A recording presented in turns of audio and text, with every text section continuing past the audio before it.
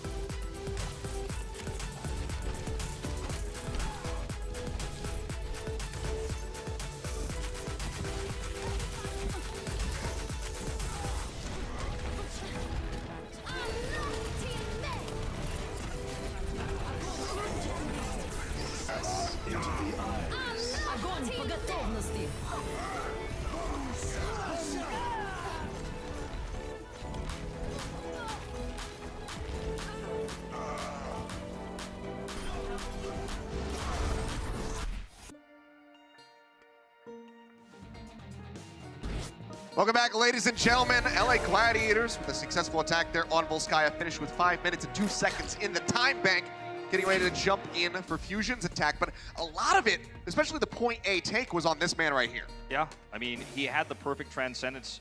When the grab came through, he reacted. The EMP was layered on top of that. Graviton surge we saw in that highlight clip you guys just saw during the break. But the trance was already there. You cannot delete a transcendence with EMP. You could do that to a sound barrier. Big Goose survives the fight. He gets the sound barrier off to secure A, and then they get those picks later on in B.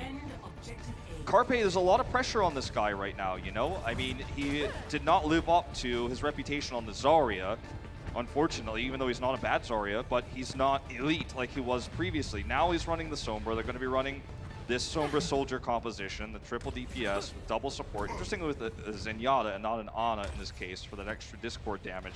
This is not really something we see from the Fusion, just to highlight that further. Poco gets high ground.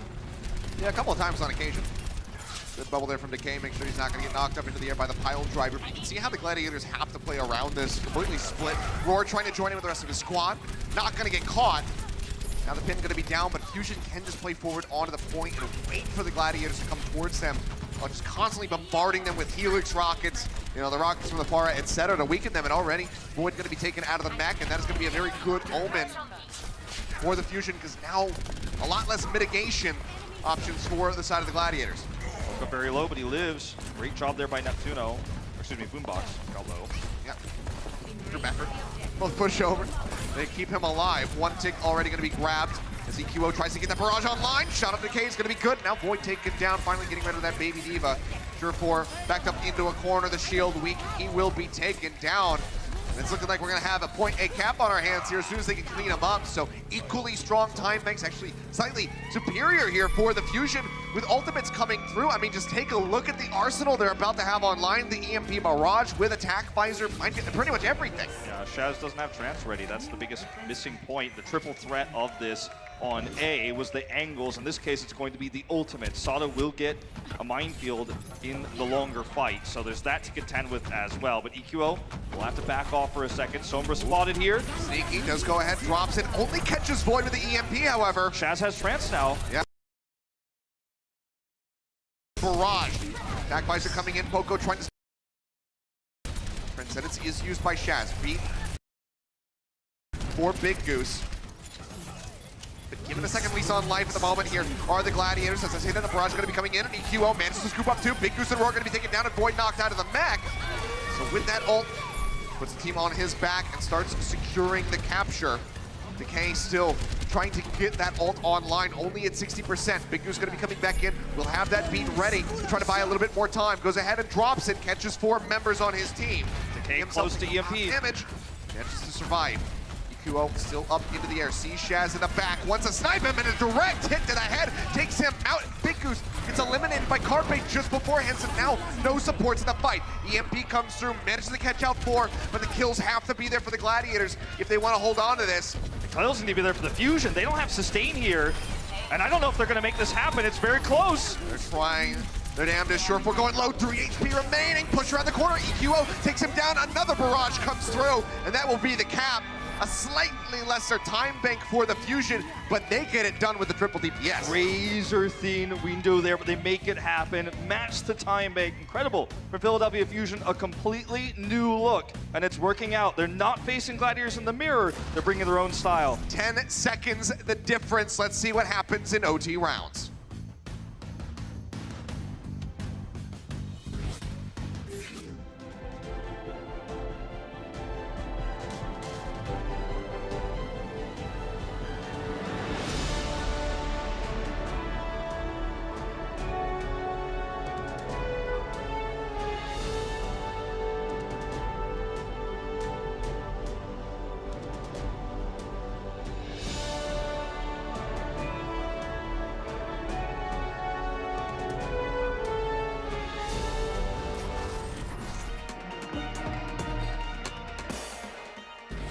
And here we are, 5 minutes and 2 seconds to 4 minutes and 52 seconds.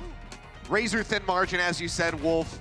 Dangerously close for both of these teams, but with a slightly weaker time bank. Fusion will be on the attack first. I mean, they can kind of assume what Gladiator's gonna run. Do you just go for the triple DPS again? I think they're going to scout, and then they might swap towards that. So they're going to look for that opening hook, potentially. Nope, just going to swap right away. Looks like they want to run, you know, what we call Sombra Goats, the Reinhardt here with no Zarya, in fact, so. That 3-2-1. Yeah, this is kind of a stranger composition we've seen very rarely, but Sombra's so popular right now, we're seeing teams do their own variations, but once they scout this, we'll be just going back to the Zarya for Carpe. They're going to go into the mirror this time. They have a big time bank, but Philadelphia Fusion's track record in the mirror versus some of our top teams has been the greatest, and that's why we're seeing them run so much of this DPS. Sneak around this right side, but look at the damage coming out from Void from above. Yeah, that and the fire strike from Roar. Getting several members tagged up there. This time the bubble is thrown down on Asado as they push forward. Roar pushed back dangerously low. A lot of the health bars here on the side of the Gladiators getting weakened. Jazz throws in that Bionate, doesn't connect on the Sure 4. Going to be denying Sato. Heals are pretty good for it though. That it is. Roar still getting beaten and battered. The push down, trying to isolate him a bit, but Decay on the other side actually going to be taken out. Bionate tossed back in now. This time onto Void to try to keep him into that mech. Shatter going to be dropped in. As we see Void get knocked out of the mech and Sure 4 taken down. And that will be the cleanup here. Philadelphia Fusion matching in the 3-3. This time looking pretty damn good. They come up with a point A cap, and again, it's going to be a very nice time bank for them as they get ready to roll over onto A with 5 ultimates getting ready to be there. Yeah, this is a fantastic position for the Fusion for the potential double cap here. The Ana didn't get the bio grenades she was looking for from Shaz. You know, the bio grenades are mostly used for healing, which, as you pointed out, just sometimes isn't enough to save your main tank. And Decay caught out of line of sight. There's no transcendence, only the sound barrier here because Shaz just swapped. So huge opportunity for the double cap. That Roar again, he's being focused down, taking him dangerously low. Grab now comes through, the beat coming up from Big Goose, and a little bit too late to try to save Sure 4's life. Now Big Goose himself going to be eliminated. The shatter from Sato catches out Shaz. That's going to be the wipe coming through as they finish off Void. Shields raised, ducked around corners. Fusion entrenched onto the point, the ticks coming through. Going to try to tag in to buy time, but it's not going to happen.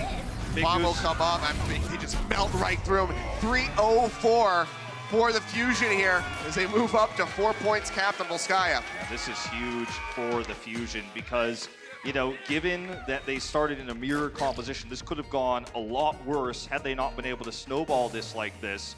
And for the Gladiators, you know, no matter what they run, it's so hard to get that clean of a double cap, and matching this time bank is, I mean, you can't bet on it. You can't hope for it. So you're put into this really uncomfortable position. We're going to take a look at a replay of Sato's shatter. Yeah, right there at the end. Yeah, in that last fight, which knocked everyone away from the point, but also put them into essentially a meat grinder there off the edge. Eventually, Solid. Yeah, it was a solid shatter from, I mean, catching Shaz was absolutely huge. He didn't have the Transcendence online, but it was just a good read from him. Got the side block, instant flick, 90 degrees to the side. That was the guarantee, yeah. I mean, when you look at the Gladiators now, there's a lot of questions about what they're going to run, you know? Will they just run 3-3? Hope that they can get the same kind of one team fight to get A and then collapse into B as, you know, assault maps often go. They want to run the Sombra to hope for the X factor of the EMP into a grab on B. Because you're really now thinking, oh god, we basically have to double cap to match time bank. They're going to mirror the 3-3. Boombox, though, on the Ana. That's how defense run. Carpe is once again flexing over to that Sombra, which is, you know, unique for him. Pretty new to see this, at least at this, you know, much usage in a single series. We haven't seen it yet in stage 3. Yep, high ground push coming through. Denies any back angles for Carpe as it come up into the hallways with them, which can risk him getting picked off. Now the drop down.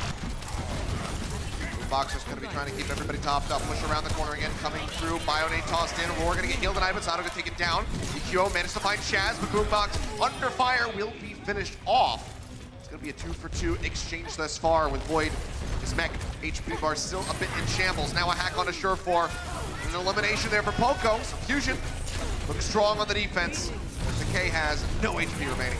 Our observers did a great job of showcasing the Ana there and how little impact she can have sometimes in these fights if you don't get the big bio grenade, but they get that pick, the extra damage coming through from Carpe, and it's not enough. Even though it almost looked like we saw a mirror situation of what we just saw with Shaz, unable to get the heals, they barely hold. Now they've got the EMP. They've got to set up to grab afterwards as well. They have so many tools to hold A, and already the time bank is definitely, basically guaranteed to be better here for the Fusion. Yep, no trance, no barrier. Carpe, ooh, getting detected here at the moment. Trying to spy check. He sees both supports right there. Managed to find Shaz, can't quite get Big Goose, but also lines up that EMP onto Roar and Surefour. Kill's not following up onto them yet, but Gladiators gonna have to play this one a bit more patiently after losing the Zenyatta. And almost guaranteed there as well. Carpe's eyes probably got wide when he saw neither ult markers on top of Big Goose and Shaz, meaning they could play more aggressively in the fight, didn't need a Graviton Surge, knowing both support ultimates were not online. He knows they're going to be ready for the next fight, but you can guarantee that one fight without the grab. Now you get to hold the grab, you've got it for this one. See just how rough of a time Shaz has been having here. Barrier for Big Goose online before the Transcendence. Hack now onto Roar and a heal, and the grab comes in from Decay to try to take them down. Boomback comes in, denies the U-turn, they can't get the pin, and now Roar gonna be soloed out, hit the grab, and the shatter comes down, locks up 3, and that's gonna be Boombox dead. Void out of the mech, but Decay is picking up the pieces, the kill's starting to come through, as Gladiators look to take point A right here. But they're gonna be starting off for this assault onto B with a weaker time bank. Last time, they got the cap with just a self-destruct from Void. I don't think they're gonna be as lucky this time, I don't think so. That's how Assault works, you know? If your opponent gets that double cap and you have to use ults to take A, you can't double cap, you know, unless you get that big explosive self-destruct like you were talking about earlier. And you feel so much pressure right now, and you know there's an EMP out there. You've got no ults, you know, support ults to counter that with. It's a rough time right now. It's a jump up. All 6 members gonna be hacked out, but Carpe, the only one to fall. Gladiators can deny any vision away from the rest of the team as they were all operating down on the low ground. Huge. Now the bomb comes in from Void. There's potential for this to lead into a cap. Big kill deny on a Big Goose and Surefour, the Bionade. Cutting them off, but the kills aren't there yet. Carpe comes back out, this time on the McCree. Sato gonna be eliminated. Big Goose finds that. The Earth Shatter was used. They'll go down. Shaz on the trade, and it's a very long and slow run back for Zenyatta. Gladiators tick up. Second, gonna be snagged for them. Need to close this out with time in the bank, as strong as they can make it. Carpe gonna be pushed off the side. The grab comes in right on the end of the point. And that will be the cap coming through for the Gladiators, making the best out of a relatively poor situation. You're absolutely right. I mean, that was ideal. The punish there on the EMP, clustering together. Sure, you're all gonna get hacked, but you can kill the Sombra right afterwards. Well, more rounds of Volskaya coming up in just a bit.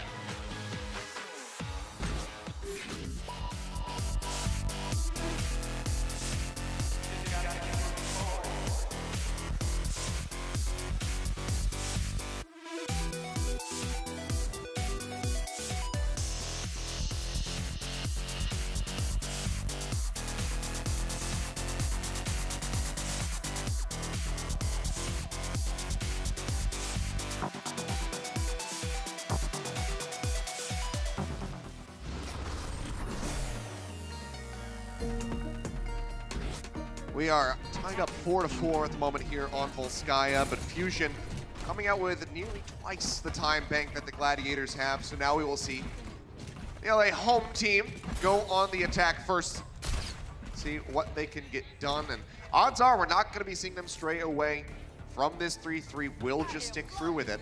Yeah, I think all eyes on Boombox here again. You know, he barely, with the help of his teammates, was able to hold that first push with the Ana, where we saw Shaz fail just earlier. And let's see, let's look for the bio grenade here. Sometimes this ends up being amazing, otherwise it's just... over the top, and it drops down on the roof. Oh, missed on that one. It's all right. But, you know, the crux of this is not his bio grenade, it's just the healing output. He's going to have another bio grenade in a moment here. That can turn things, but we haven't really seen bio grenades connect too much on Volskaya in this series, in this long map. Well, same wraparound from the Gladiators. A hack on a big goose for now, but no one able to follow up. One tick going to be snagged as they move up. 45% plus now coming through. A lot of space being given to them by the Fusion, because they know just how risky this is, but getting down to the wire, they're going to have to push onto that corner. Sato with the shield raised. Those managed to move up.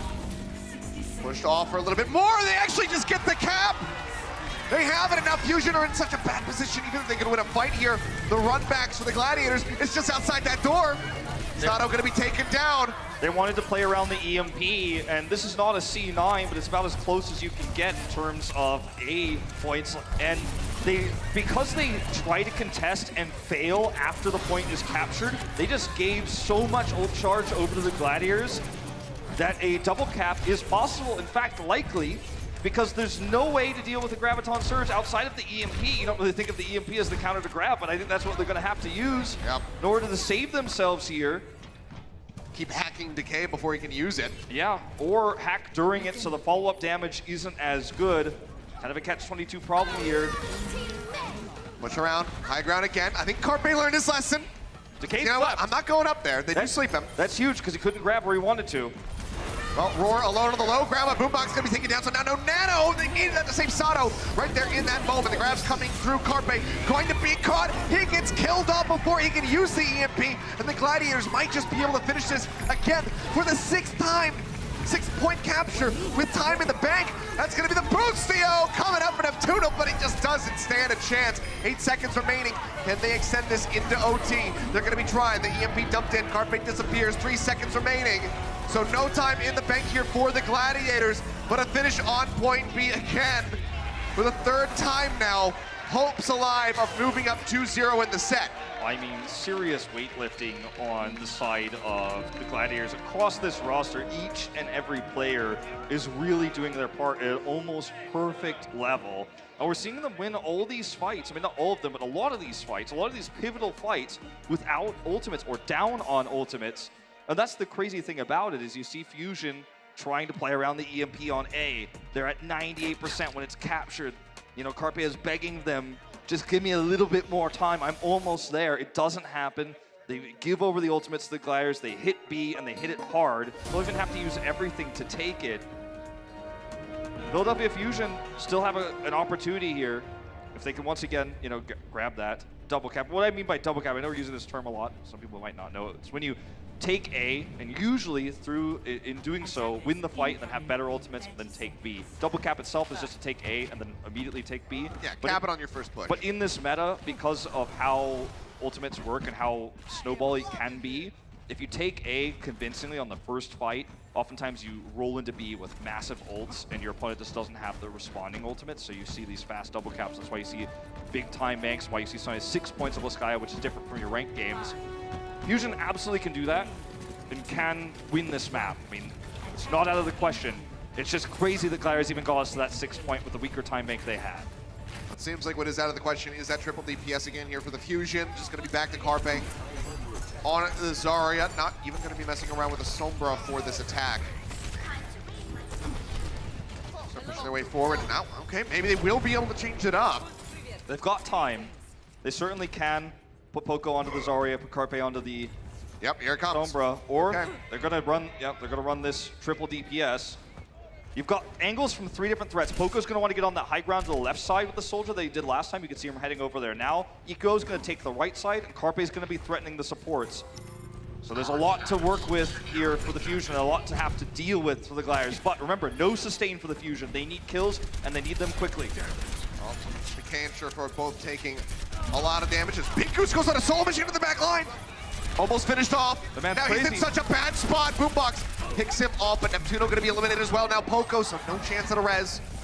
Equalizing a bit here are the Gladiators, but Big Goose getting a little too feisty. Well, he wanted to try to force Poco off of the high ground. Either way, he forced Poco to move and change targets, and that allowed the Gladiators to collapse in and pick everybody else off. Look at the limited amount of damage done by Carpe, EQO, and Poco. None of them at 50% of ults after that last fight. You need to get kills, you need to do that damage if you're going to want to win this, because if anyone dies, you start to fall apart with limited healing and limited health pool. I mean, Sato the only tank here. Oh, spot Surefour going around from the back. Good dash.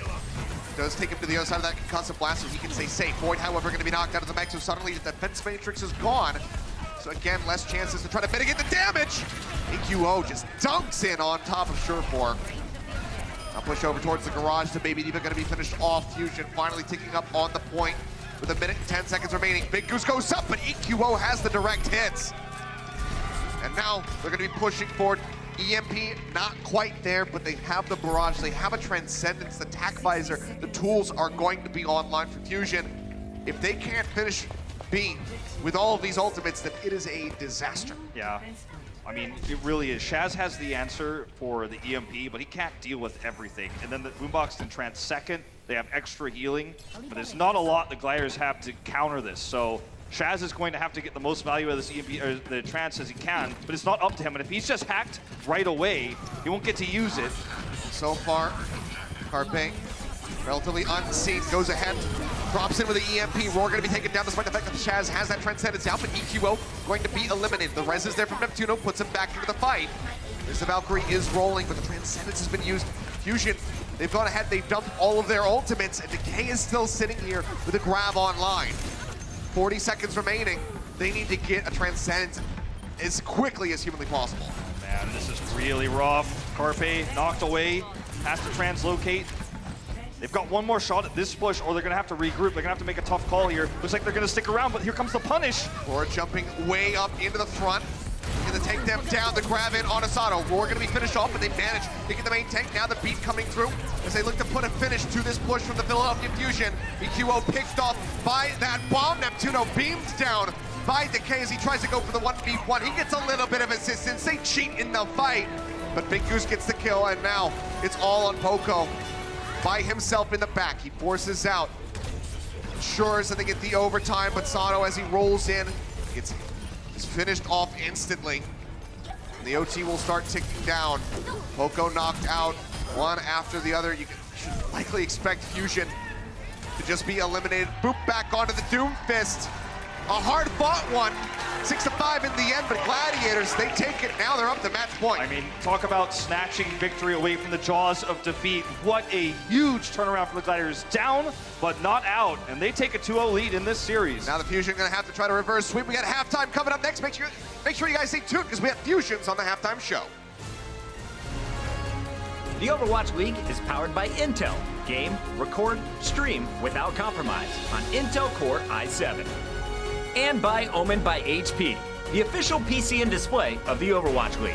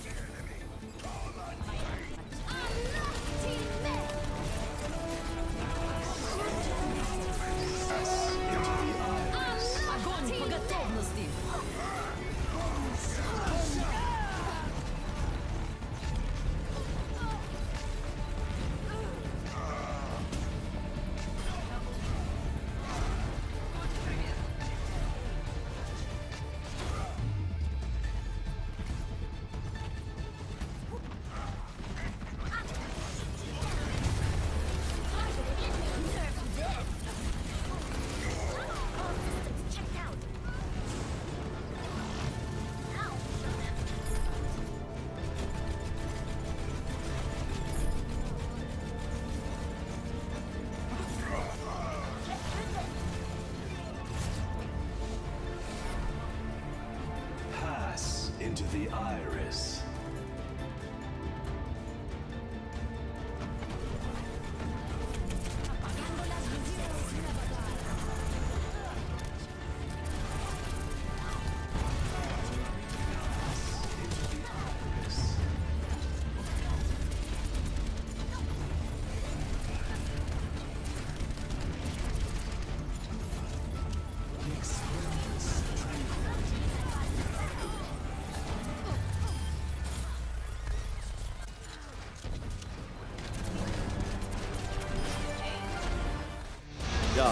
The Gladiators are trying to get a big win in front of the hometown crowd to close out the night.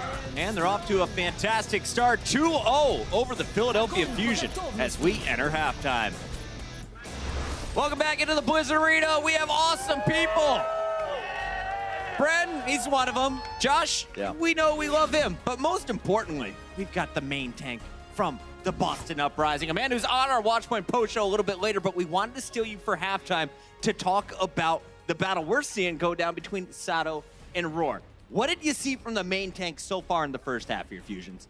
Honestly, some pretty impressive play from both. I think Roar has always shown that he's pretty consistent on both Ryan and Winston. He's doing a really good job overall. Like, it's kind of hard to see how Sato's playing as much because they're playing a lot of these Sombra comps, but it feels like he's getting really good value out of his ults, especially on Voskai. We saw him hit the big, like really big Earth Shadows. So I think they're both doing pretty good overall. Yeah, it's funny. People often talk about Sato and they like to spread around this misinformation about his Reinhardt not being very good. Johnny reinforced Larson being one of them. But in general, I think he's had a reasonable game here against him. He's had some shining moments, at least in this match.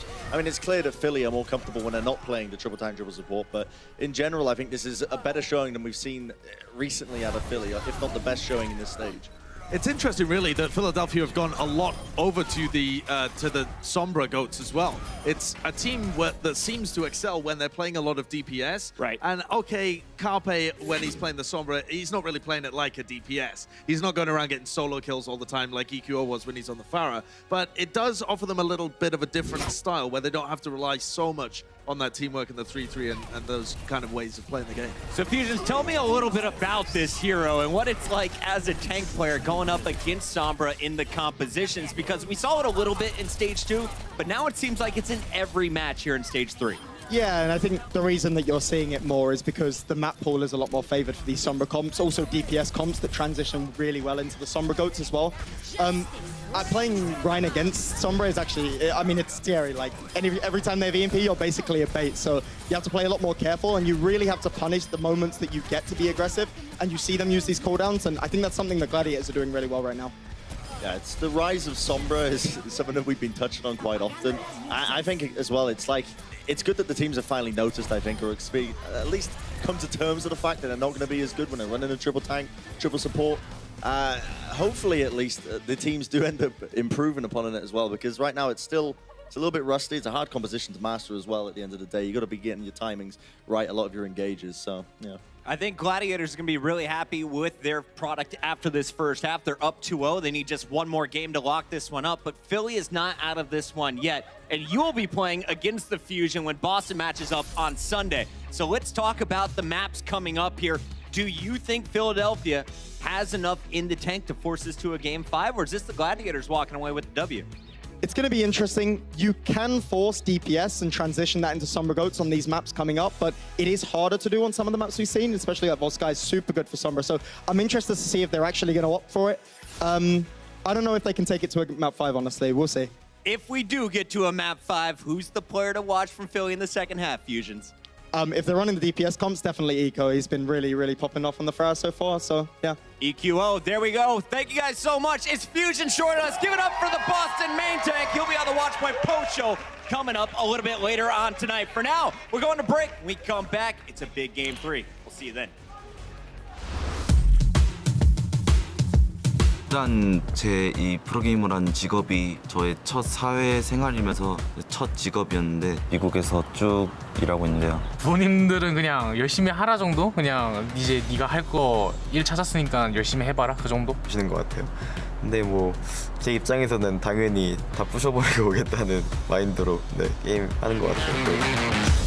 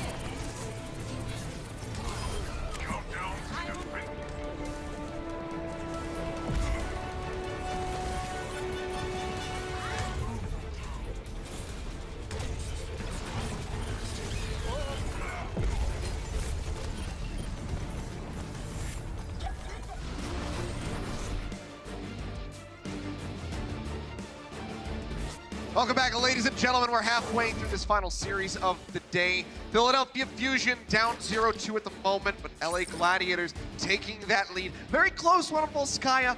6-5 scoreline in the end, but they're able to go ahead and net that victory, and now they're at match point. Yeah, it just feels like in a lot of ways that map was stolen from the Fusion because they had so many advantages, but the Gladiators just outplayed them at the end of the day. And now it's a 2-0 lead. It's going to take a lot to claw back into this one for the Fusion. A lot of the pressure, I feel like, on Carpe and Poco in this lineup today, because that's where you're seeing the flex come through. You're seeing Carpe over on the Sombra more than you normally do, and Poco's having to pick up the slack on Zarya. So these two players really having their flexibility tested, whereas EQO has gone back to great projectile play, as he always has been great at. So for him, he's playing comfortably.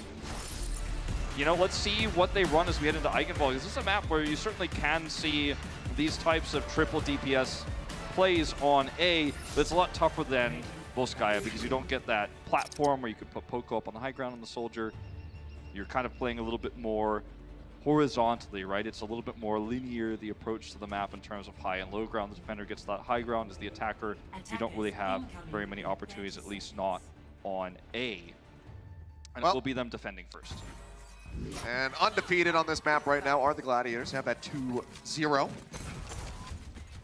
Fusion just going to be on the 3-3 here for that defense. Gladiators teasing a couple picks at the moment. We'll see if any of them make it through. You know that I would love to see the Ashe get played. So far, Dia has been really the only player that has delivered on that for us. Yeah, at least legitimately.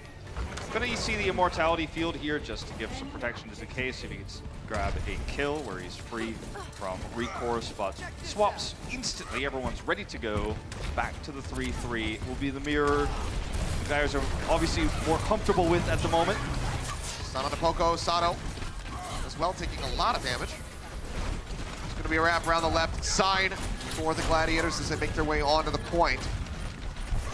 Tested though for the moment by the Fusion as the Zarya bubbles come in and keep both of these Reinhardt safe. But as I say that, Sato gonna be taken down. Void goes forward, manages to take him out as Surefour is eliminated on the other side, but Carpe, he drags it back in for his team by finding a kill onto Big Goose. And now Roar stunned up, will be eliminated as well, netting him a double kill. So good charge towards that Graviton surge. The cleanup's gonna be there. Philadelphia Fusion, they hold off the first wave. Great start, massive lead here in terms of ultimates. Shaz doing a bit more damage than Boombox. That's the really nice thing the players have because it's very likely Carpe will get the grab first. So that transcendence that Shaz is going to have to counter it is, you know, that's one of the best tools you can have, that you can sometimes convert that defensive fight to win with your own counter grab. Absolutely. Push from the back, they're looking for Surefour. Take it low. That's going to be the Transcendence use. Carpe, he can just wait now and hold on to that grab. They push their way up around the corner. Now Void going to have to try to beat Johnny on the spots with that defense matrix to try to eat that ultimate. Surprised about the patience here for the Fusion. They certainly had a huge opportunity there. They did not commit. They're playing greedy. Yeah, now the team fight, they have the aces up their sleeves. Grab's gonna be out first here from Decay. Boombox with the Transcendence, and Decay actually is gonna kill himself off. Bomb into the back from Void, finds nothing. And it's just major overcommitments at the moment here from the Gladiators. Yeah. You don't like to see fights like those if you're a Gladiators fan, and Decay just hitting the wreckage there with a right click to blow himself up during that fight. He was caught by Carpe's grab simultaneously. The traded ultimates here don't really favor one squad over the other, with the exception of the rally the Gladiators have that they can approach with. And that may allow Shaz to get a second trance here. That might be the way to take this point just out of sure healing alone. Gladiators don't care about ult disadvantages, though, at least not in this series. They have certainly been winning some fights without them. Yeah, getting closer and closer here. Now working their way over onto the point. The beat gonna be coming out from Neptuno. Poco using that self-destruct, looking for a pick, but unable to find one. Safely remix, however. Rally now out from EQO. The push forward again coming in from Sato, who's just been holding onto this Earth Shatter, waiting for an opportunity to weave that in behind Roar's shield. And he himself is getting beaten, battered, down below half HP, and now with Void taken out, Shatter comes in, Beat Goose gonna hit the ground. They will be able to find that kill. Pin coming out, Roar does manage to take down EQO, but I mean, you take a look at his health bar, and it's not good. They nearly get a take, but the Gladiators are held off again, with now 50 seconds remaining in the time bank. Again, there's a situation where Shaz has the proper ultimate here. Let's see how the grabs go this time. Remember, last time Decay accidentally right-click blew himself up on that wreckage on A. This time, we're going to look to see a more passive play from Decay, perhaps a grab second after Shaz's Transcendence. Especially if they can somehow force Boombox to use his first. I mean, there's a lot of ifs here for the Gladiators, but this is certainly winnable. Energy building up, grab comes in, Boombox on the Transcendence is gonna be there. They're gonna charge out on Sato, but he makes it back over into the Transcendence. The man's to stay alive. Shatter out from Roar, unable to find anything, as well as that self-destruct from Void. Have to be over onto the point right now, but Roar gonna be taken down. It's exchange on the Reinhardt. Spawn from Poco, unable to find anything. Void playing around the back of the point now, drops down, gets that bubble out from Decay. Gonna build him up some energy, and he manages to find the kill here onto Carpe. Now EQO getting taken down. Decay scoops up kill after kill. Gonna be looking for Poco now to knock him out of the mech. Neptuno diving straight in front of that beam. Does not last very long. And in overtime, the Gladiators will be able to take A. Very impressive stuff from Shaz. Very patient on holding his Transcendence, trancing second, giving them that extra healing, doing a ton of damage in that fight. And how it works out with the rally that comes through late from Surefour means that Decay's got that extra protection. He can play aggressive. He builds another grab. So all of these small things mean that as they come through this gate, they will have a big opportunity to get a grab here on this corner and then look to push towards the drawbridge. With a weak timing like that, you need advantages like this. Well, grab instantly going to be thrown down. They know that they don't have that Transcendence, but the beat is there from Neptuno, but still EQO pinned, taken down, and Poco knocked out of the mech. Baby Diva not going to last too long. Shaz able to snipe that one down. Shatter's big, though. It is. It's going to buy some time. This, you know, the respawn's coming through late. Very slight little bit, but Decay is on a tear. Yeah, it's not going to give them the kills they need, but at least it's going to, you know, slow down the roll. Because right now, otherwise, Gladiators would be across the corner, playing extremely far forward. They're racing there right now, as you can see with Big Goose and Decay, trying to get up there so they can play forward. Instead, they have to sit 3 on the cart and play a little bit more passive, so they can't block the Fusion from getting out onto this drawbridge. Look at the angle here for Decay. He's just trying to get that next Graviton Surge online. They've got the answer to Carpe's grab. They've got to be careful about Neptune, who's a great Lucio getting environmental kills. Very dangerous spot here on this bridge. You might find yourself knocked off. Yeah, have to be careful. Sato, ooh, so much damage. Being pushed forward on him. You can see the shield getting weakened, so he's got to peel back around the corner. Straight in, onto the end of the bridge, comes in the grab. Shaz pushes forward, though, with the Transcendence to keep everybody topped up. Shatter out, unable to find anything for Roar. Grab coming in, bomb up over the top, and Poco comes up with a triple. Both supports plus the Baby Diva. shuts down this push, and he might have just bought them a hold here on this bridge. Very well played by Poco. Previously, he also tried to get some environmental kills out of the grab. Go back and watch that one, you'll see he tries to knock them out of it as it's expiring. Doesn't work out that way, but the bomb follow-up is excellent. 2 big plays by him, 2 attempts to save this map for the Fusion. It'd be a great hold if they can hold it here on this bridge. And it's been a while since we've seen a real namesake Poco bomb. That's one of them. But can they still hold this? Can the Gladiators push through into B again in overtime to try to finish Eichenwald? Big fire strike there for Sato, pushing himself towards another shatter. Yeah, Ult's still very far away. Neptuno has the sound barrier. Big Goose is a little bit further behind him. So scary to push across this bridge right now if you're the Gladiators, because you know there's the fear of Neptuno coming through. You've got to play it slow. You've got to get that grab. So far away.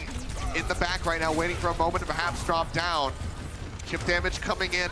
Just trying to build up these ults. Grab is there for Carpe. Decay about to have his. A matching support ultimates too. This is an even fight.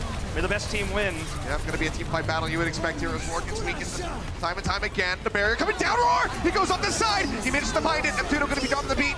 Manages to catch his team. Looking like maybe it was gonna be a solo onto himself. He gets Decay as well! And he's not dead yet! That is gonna be massive here for the Fusion. A 1 for 3. Now Forest Short gets taken down. Void gonna be knocked out of that mech. They will hold them there on the bridge. Gladiators couldn't quite make it. Sorry, Gladiators fans, for putting Chekhov's Neptuno into this game, but you've got to know he's one of the best environmental Lucios out there. And he is. They managed to get the hold. Let's see if they can push past it to get the map win. Coca-Cola is the official refreshment of the Overwatch League.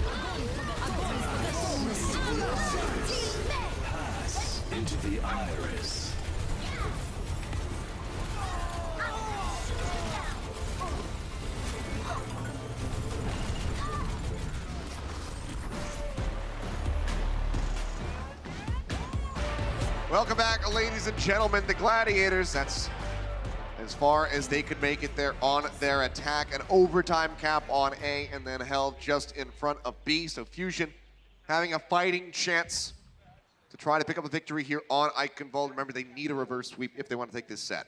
A really big play by Poco, saves them on the bridge, and then they play around the terrain. Force some unfortunate grabs from Decay, both of them hitting Neptuno on the side where he's able to recover. Neptuno gets the kills there in the end. For the Fusion, you feel great now because it feels like the series is finally in your control. You could finally bring this back, and you're running the mirror too. You're not even reliant on this Sombra flex that we're seeing from Carpe. You're playing what you've been practicing all season long. You guys will have to match it.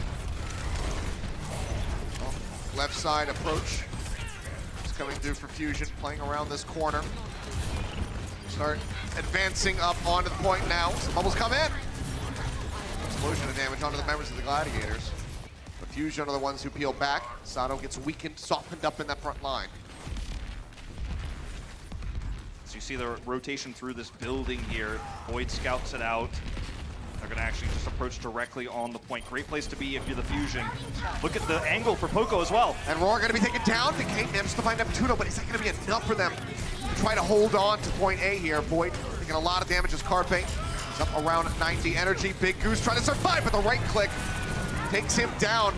Void nearly taken out of the mech, and there you go. The cap does come through straight up off the first push. 5 minutes, 20 seconds plus in the time bank for Fusion to make it just in front of point B. Sniper on the Widow, sniper on the Zarya, taking out Big Goose there. And now, you know, as this rolls through to the gate, they can actually potentially contest this high ground. We'll see if they want to do it. They have the ults and the means to do so.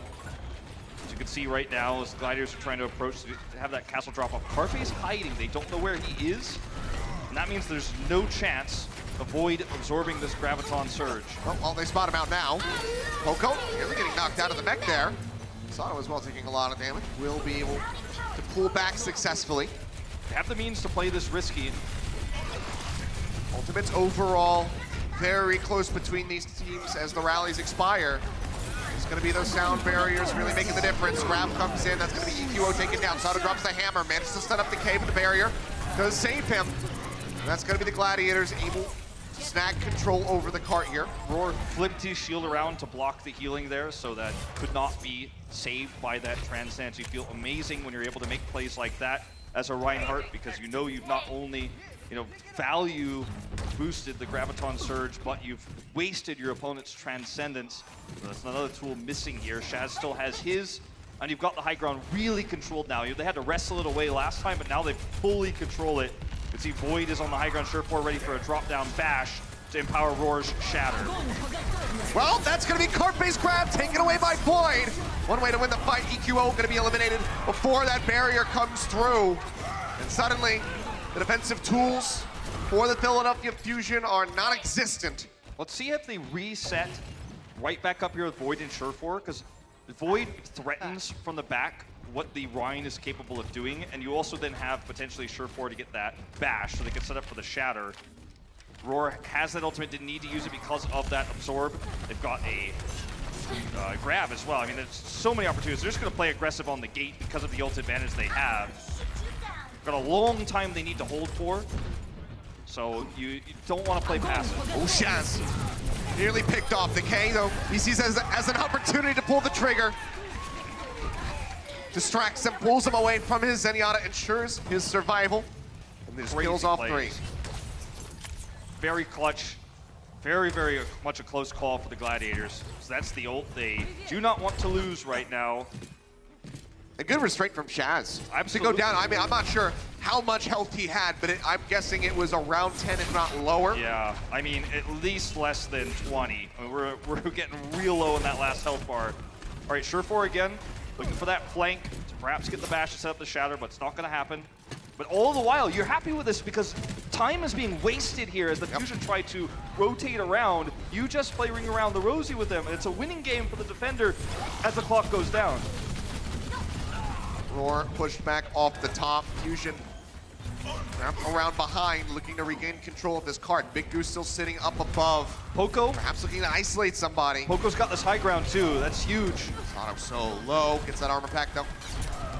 Will be okay, but Decay is getting closer and closer to that next Graviton Surge. Now just 10% away. Rallies out from both sides. The Shatter! 3 members knocked to the ground, but Boombox has the Transcendence, so maybe Fusion can turn this one around. But Decay can grab now that that is gone. Very it's a true. Huge chance for them, and there it goes. And that's going to be it. He pushes up right into their faces. The beat coming through, manages to save him, and Carpe's the first one finished off. So no chance to build up that grab in the extended fight. Poco will manage to find Decay, but the rest of the team is getting cleaned up. 1 minute and 30 seconds remaining for the Fusion.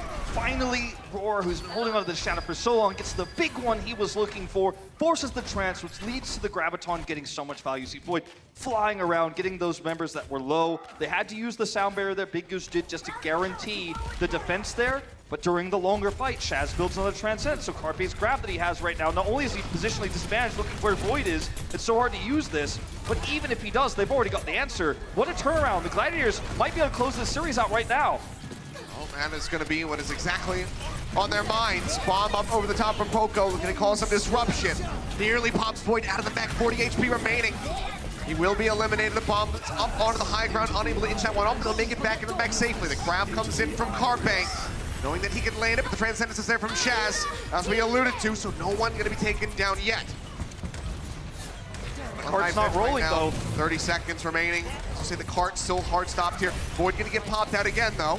But Decay has the grab online, and Boombox is at 25%. They commit. This could be it. Carpe instantly taken down now, EQO. One more chance to maybe tag the cart here for the side of the Philadelphia Fusions, but the Gladiators, they want this to end. They want to move up 3-0 and take this series. It's greedy for the Gladiators. They did it without Void's mech. They could have waited and used it on the drawbridge, but they are that confident. Void gets the remech. This is a straight up 6v6 fight. Shatters for both Rhymes. Spot out Poco to get over onto the cart. He's going to get the drop down, but instantly knocked out. So basically, a man down are the Philadelphia Fusion. Shatter online for Sato. Waiting, but it goes straight into a pair of shields. Fire strike through, and he's going to be gone. Boombox picked up just before that. They bleed them dry. The Gladiators, without losing a member, clean up the final fight with a team wipe. And that is it, 3-0 as Eichenwald goes their way. One more map to try to draw one back for the Fusion, but otherwise, no victories here. Sure for holding that high ground up there with Void. Roar hits the big shatters. Decay's building grabs. That's it. Yeah, well, one more map to be played. We'll see what happens on Escort. The Overwatch League is brought to you by T-Mobile, now connecting 99% of Overwatch League fans. Catch your league on America's network, T-Mobile.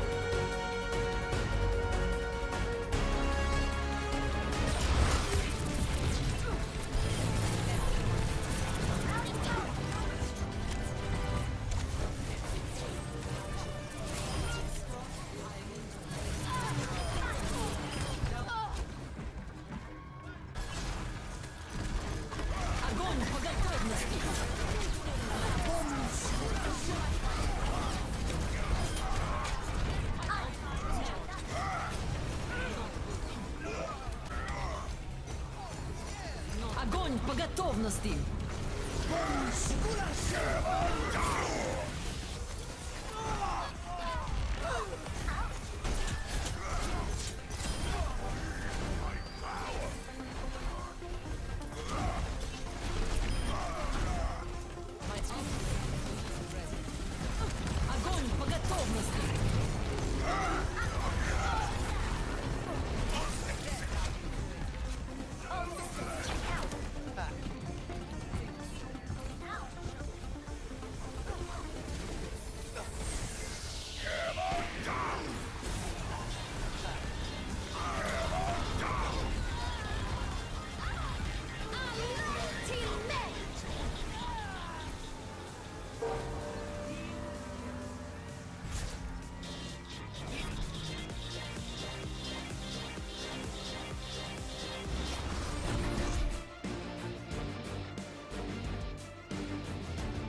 And welcome back, ladies and gentlemen. The series overall over for the Fusion here as Gladiators net themselves a 3-0, but there is still one more map to be played so they can try to put a win on the board and mitigate the harm that will be dealt to their map differential.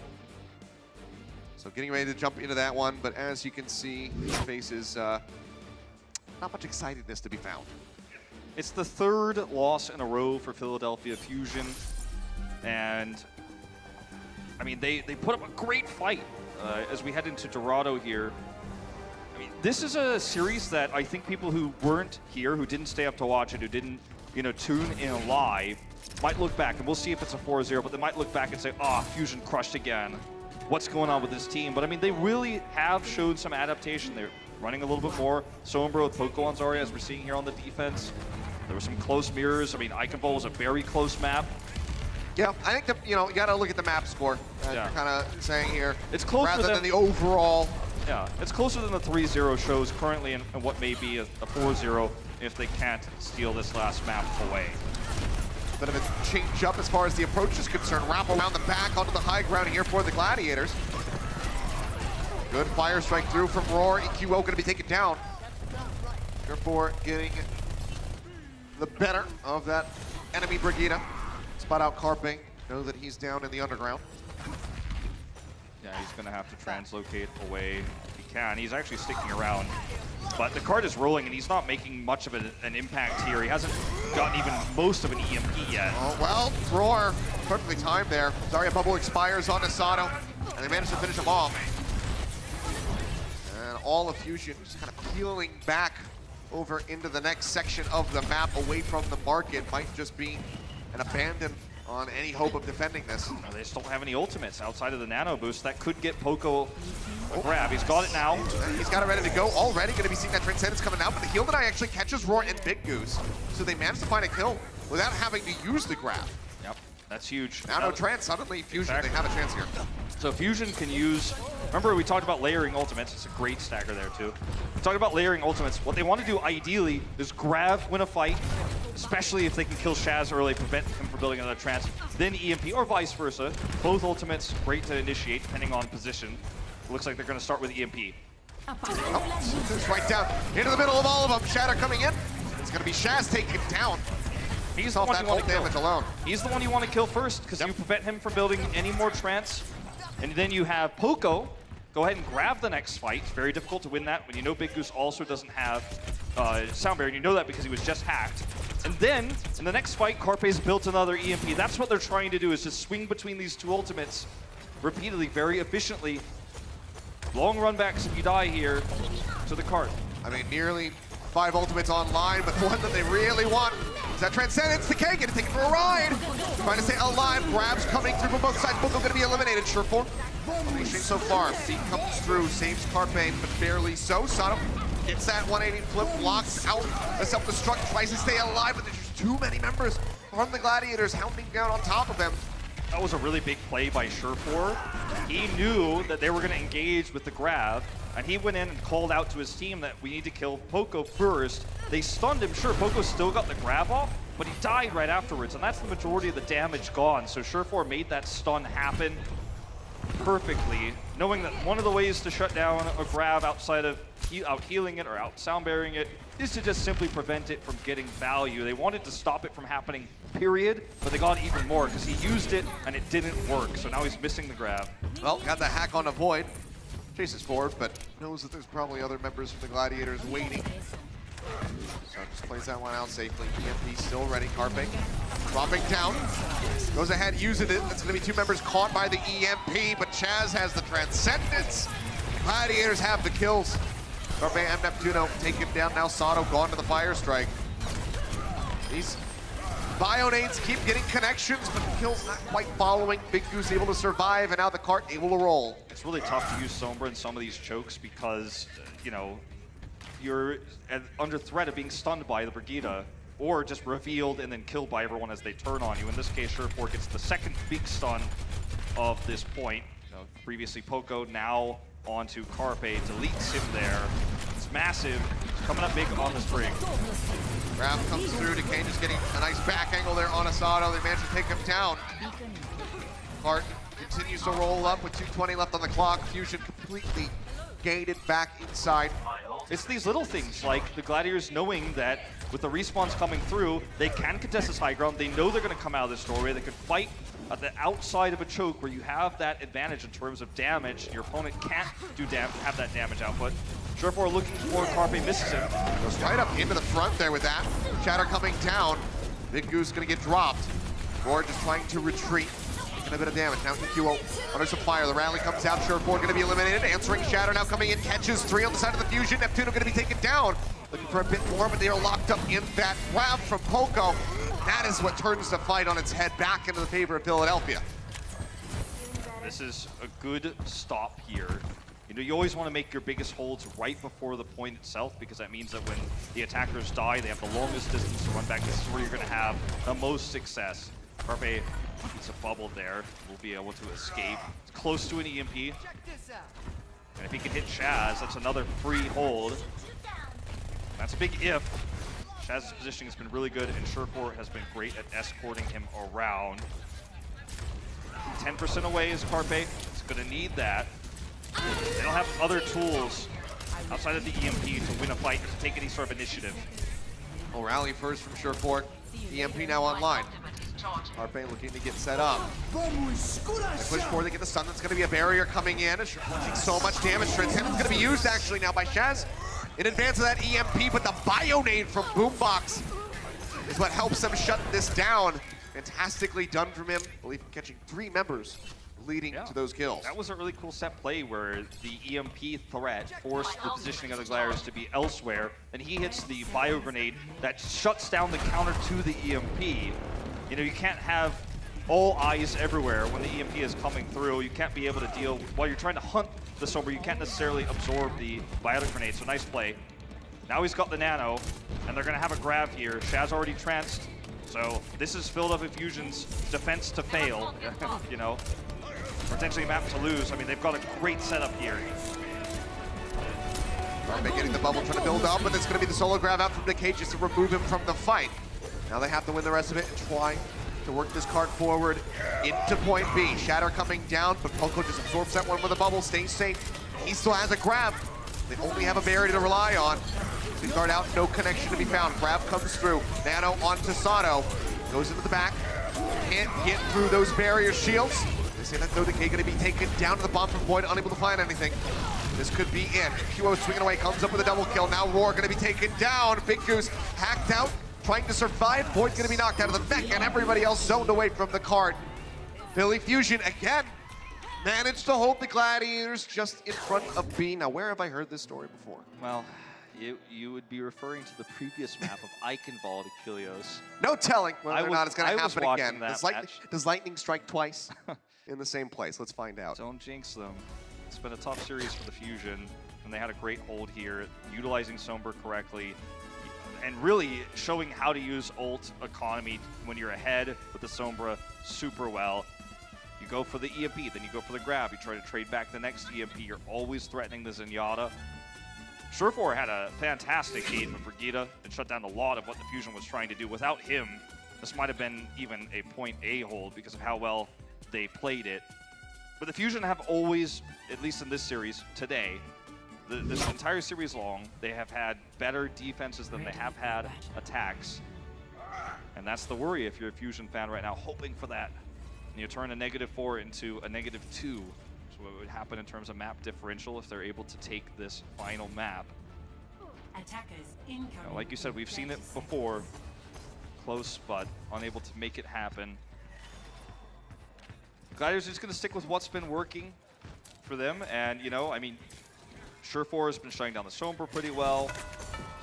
I don't think Fusion's going to want to attack Sombra. You can run triple DPS here, but I mean, you're really stretching it if you're doing that, so it's just going to be the mirror again.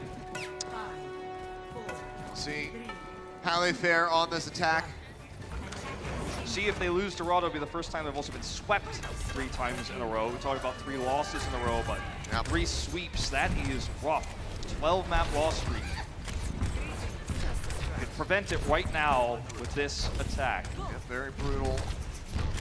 They suffer it, but you can expect them to be fighting tooth and nail to prevent this from happening. Carpe pushing up onto the high ground, spots out Void. They get a decent little corner on him there, weaken him. They can't quite finish him off. Cart moved up here through the archway, and it's going to be a wrap around that right side from the defender's perspective. Seen it coming, the players have, they've seen it. They're going to take the concave here, force the Fusion to approach on the bridge and split in 2. Roar, powered, pushes forward. CQN with Sato just so very low, but cannot finish them off. Would have been an instant shutdown on the push, but does build up a significant amount towards that Earth Shatter. Now just 2%, 3% away. That's the scary thing, especially when you're trying to get through any of these choke points. Roar's been so good at finding these angles throughout this series. Speaking of which, he's looking for it. Yep, jump down through again. Fire Strike is in. Now Sato going to be eliminated. Shadow comes down. And his 3 members caught. Poco going to be knocked out of that mech. He didn't team wipe. He didn't even need the Shatter to win that fight. It was the threat of the Shatter that forced the Fusion into that awkward position. So we see a further stagger by him. But it was the threat of the Shatter that put them into that awkward position. He came from an angle they didn't expect. And after the first kill came through, he was able to get the follow-up Shatter. Again, didn't absolutely need it to win that, but that's a sign of good positioning on Reinhardt, knowing where your opponent's going to come through and taking an angle they can't see you. Again, look at where he is now. They can't see where he is, and that's terrifying, especially when you This is a must-win map for you. Have this great hold, but you're losing steam again. Feels like we've seen this before, as you say. We certainly have. Carpe getting tagged up. Rally's going to be out. Met with a Graviton Surge. Or the Philadelphia Fusion, but the Transcendence from Boombox helps keep them alive. Rally now going to be out from EQO. Matching Sure 4 is on the other side. Auto caught Dunked here. up. So very low, so much damage being pressured onto him, but now he's got the barrier. Grab out from Carpe though. Gonna go wide, just nails that one right onto the cart. No one from the Gladiators caught up in it. Poco now gonna be knocked out of the mech and eliminated. Sure 4 comes up with that kill. Sato still going lower and lower. The bubble's unable to save him. It's so much pressure on Carpe.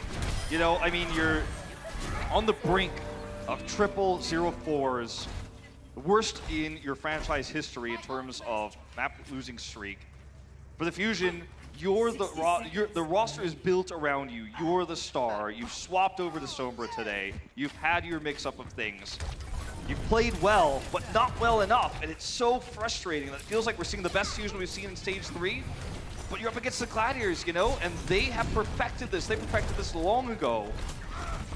You feel the frustration. You could see the mistakes starting to pile up here as Carpe's uncharacteristic grab miss. Feel the emotion of the players right now, because this is a rough spot to be in. They're down on ultimates now. Shaz about to have another Transcendence before Carpe's even halfway to a grab. Respect given from the Gladiators. No, the time distance is very much on their side. So can just allow them to inch the cart forward very slightly. 5 ultimates ready to go from them. Grab comes in from Decay. Transcendence out from Boombox. Shatter comes in from Sato, but he's not able to knock anybody down. The barrier comes in from Big Goose, and they're still holding on to that Transcendence from Shaz. Time running out. We go into OT now. So keep trying to inch things forward, get that cap and bump up the time bank. Try to have a fighting chance to close this out and get the victory on Dorado. Decay going to be eliminated. That's going to be a very good start for them. Transcendence going to be used by Shaz. A little bit too late to try to keep that Zarya in the fight. The shatter from Rourke goes straight into Sato's shield. So now things start looking a bit winnable. The grab comes in. They get the pin on the Void's mech. They knock him out. The kills are there, and they will be able to push this through. That might be the turning point. For, you know, when we look back on this map, we might remember that is the turning point, is when Trance was used, but too late, it was too late to save one of the Gladiators, but also too early because the grab was the follow-up there from Carpe. So that tiny little mishap for Shaz could unlock this entire map for the Fusion, a map that was almost certainly lost. 2 minutes now to get nearly to B, take that final map. Momentum in their favor for the first time in a long time as Poco knocks them off. The autonomy is very good for them. The beat going to be coming up from Neptuno, and Big Goose and Chaz instantly taken down. No supports in the fight, no damage.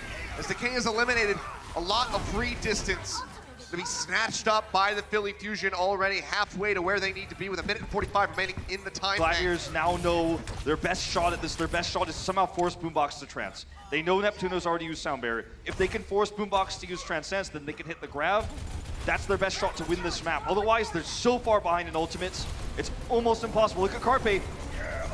Shatter coming in! That's big! 3 members knocked to the ground. The rally unable to be used. Decay and Roar both taken down. Entire front line gonna be eliminated. Shaz pops the Transcendence, but to no avail. Philly Fusion overtime on point A with 1:10 remaining in the time bank. Will cruise into the point B and pick up the map victory here on Dorado. They spare their blushes a bit. You can see some half smiles on the players' faces. But the series is in the hands of the LA Gladiators. They still come out on top here today with a 3-1. Nice win here for the Gladiators, furthering dominance here in Stage 3 of the 2019 Overwatch League. Fusion prevent the triple sweep. They are able to take that last map. It was tough, it was hard fought, but again, this series was much closer than the scoreline of 3-1 will ever show you. But I think this is the best Fusion we've seen in Stage 3. But Gladiators climbing up and up. They were heralded as one of the better teams in Stage 2, couldn't perform in playoffs. Looks like they are on a one-way ticket, to the playoffs here in Stage 3 as well. I think we will certainly be seeing them there, and we'll see if they can outperform. Yeah, I mean, really solid overall, but well fought by the Fusion. in the end, they get at least that single map victory. They make the other ones very close, especially Volskaya. So, you know, it's again, the eye test kind of fails on this one. You have to really dig deeper to see just how close this was. We're going to go ahead and take a look at the standings. The Gladiators have overtaken the Spitfire for now, have that +1 in differential from them, and are in the top 4. But look at the cliff that they are at the bottom of 30, +33, then down to 15. The top 3 right now just looking untouchable overall, unless I guess you're the Outlaws beating Shock. Our league does have a big 3. We have 3 big teams of 20 that are just a tier above. You can see the tier drops there as well right after the Dynasty into our 3rd tier of teams right now in terms of the standings. So, yeah, big jump up here though for the Gladiators. Let's see who our player of the match presented by Omen by HP is, and on the side of the Gladiators, it is Decay. And Decay was the most consistent player across all 4 maps. Yep. And even though there weren't as many perhaps flashy plays as some of the stuff we saw from Surefour, you know, and some of the stuff we saw from Shaz as well, some of the trances. Overall, Decay just had a great performance. He kept his teammates alive, kept his supports alive, was able to maintain high energy throughout the match. Yeah, very solid stuff from him, as you say, was the most consistent. Everybody else kind of having some bright, shiny moments, but overall, he comes up clutch continuously with this Zarya and just always looked good playing it. 44 final blows, just 17 deaths on the Zarya throughout this series.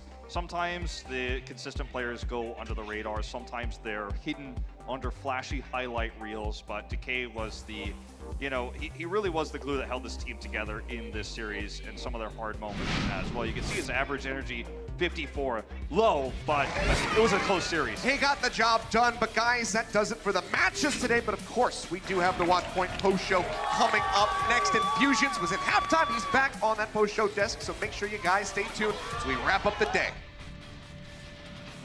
Let's go! Yeah!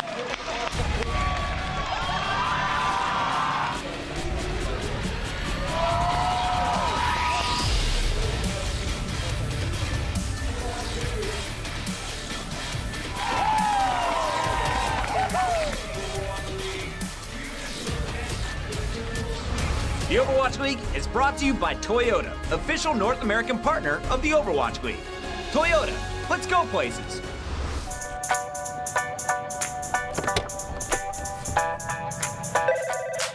Hey man, what's up? You need anything for today? Nah man, I think I'm set. Big day today, man? Yeah, huge.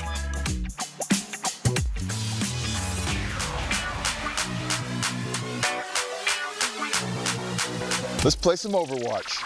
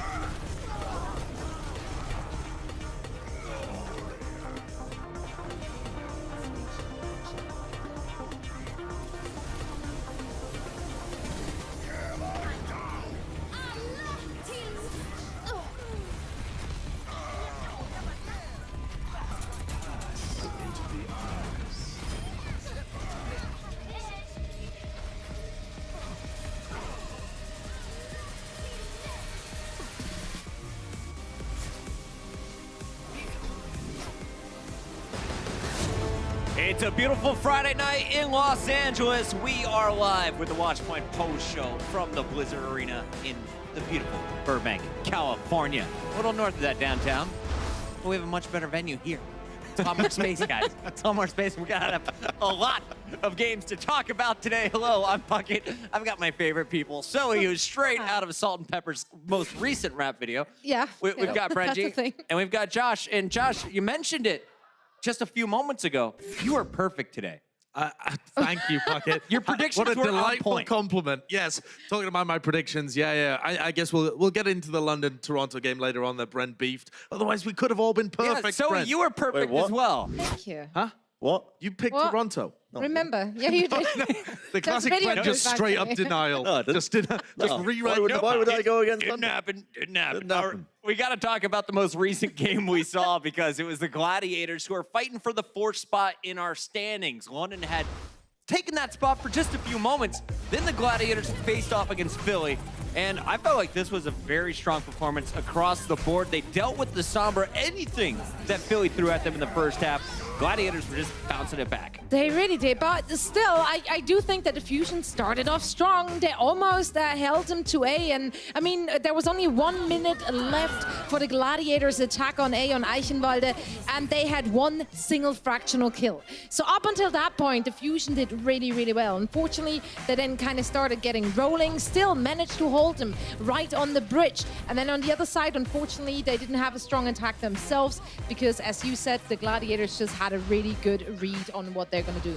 I'm chatting to Fusions about it. He was saying at the same time, you know, that Philly, they're going to be heartbroken about this loss because they played him so close, honestly. Yeah, it was like, there a was some very quality winnable loss. maps from the Philly here, and I mean, they're coming off the back of it. Yeah, it wasn't a clean sweep, but still not the outcome that you're looking for if they fill it out for your Fusion. This is going to be, what, your 3rd loss in a row so far now? And the Fusion did take this map forward. Do you feel like Gladiators kind of took their foot off the gas pedal? What happened there? How did you let Philly take this Dorado?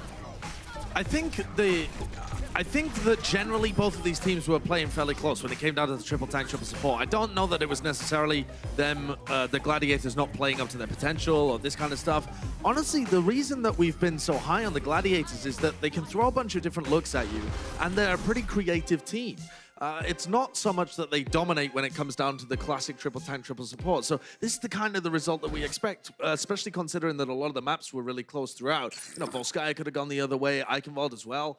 Just came down to a couple of fights on defense. So, yeah, I don't think that it was necessarily a big gap between these two teams. Hey. Second half, much closer. Cheers to that.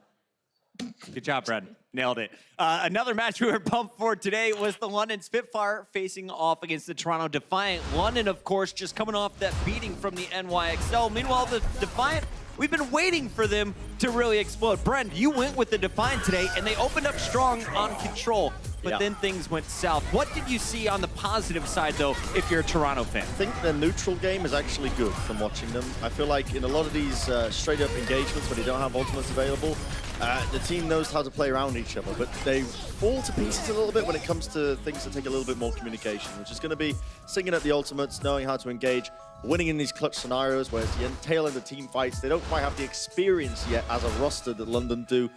That's a real downfall at the moment. I mean, the only thing that's going to change that, it's going to come with time. You know, it's going to be come with time playing on the main stage and working together. It's the only thing that's going to rectify it. There isn't much time left, though, honestly, if you're the Toronto Defiant. I'm not even looking at the Stage 3 playoffs when it comes to them. I'm just looking at the overall playoffs, getting into that 12th place spot. Even though they're sat in the middle of the pack, they've got a tough schedule coming up. And if you're taking this time to kind of figure out how to play, and the rest of the teams are surging ahead of you, either by virtue of experience or by adding in the Sombra to the mix and being able to take wins, Defiant are in a bit of a sticky position. They need to start getting good, and they need to start getting good quickly. I mean, when we looked at the very last map, they took one of the new pieces, Sharik, out again and put Yakpong back in for their main tech. And honestly, did a really good start on Gibraltar there too. I think he opened it up with a 4K Shatter or something like that. And generally, he looked pretty strong, and everything which looked kind of questionable in terms of Sharek's performance in the first half of this match was an issue for Yakpang too, which just kind of leads me to think that this may have been coming down to more of the support line there rather than the actual front line, the tank line, which we have been criticizing a lot. I do want to give credit to Yakpang. He looked much stronger today. Being on the bench may have re-energized the man, and I feel like both tanks, Sharek and Yakpang, did a great job of blocking all the shatters that Gesture threw at him. He even took to Twitter saying not his best day, but his team carried him. What did you see from the Spitfire, though? They're battling with the Gladiators for a top 4 spot. Josh, how close are they to taking that spot in your eyes? I think it's pretty reasonable, honestly. There's a bunch of other teams that maybe if you had like power rankings that haven't quite shown it in terms of their schedule. You got to mention the Spark, maybe Shanghai, but they didn't look that hot coming up. I've cooled off the Shanghai hype train a little bit, but I think London look good. They look very coordinated. They have a good plan. Yes, they got caught out when they played against New York, but this is the kind of decent performance that we're expecting from London, where as long as they keep racking up those consistent results, they can start coming into the end of the season feeling pretty confident. And they've always got guard in their back pocket. We've been talking about Sombra so much. London haven't even started to go back and experiment with that kind of stuff, but we've seen guard earlier on in the season, and he was great. Fantastic point. Would have loved to see him back on that Sombra. Those are our first 2 matches of the day, but the big one is coming up next. Houston Outlaws took down the San Francisco Shock yesterday. Today, they had a big match against Boston. We'll talk about that after the break. Coca-Cola is the official refreshment of the Overwatch League.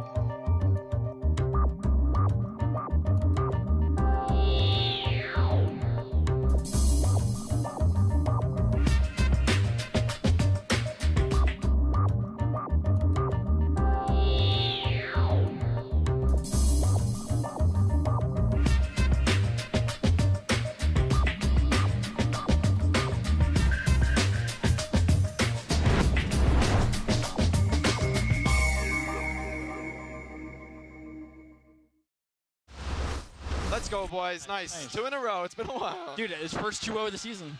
Let's go. First 2-0 week of the season. 3-0. I think. Oh. Okay. Make this a clean 4-0. People will be scared of us. I mean, we beat Shock. People should already be scared of us. Ooh, we beat Shock. People should already be scared of us. Houston Outlaws going up against the Boston Uprising today. Boston seeming to slip a little bit, while Houston, they're red hot after upsetting the #1 team in the league.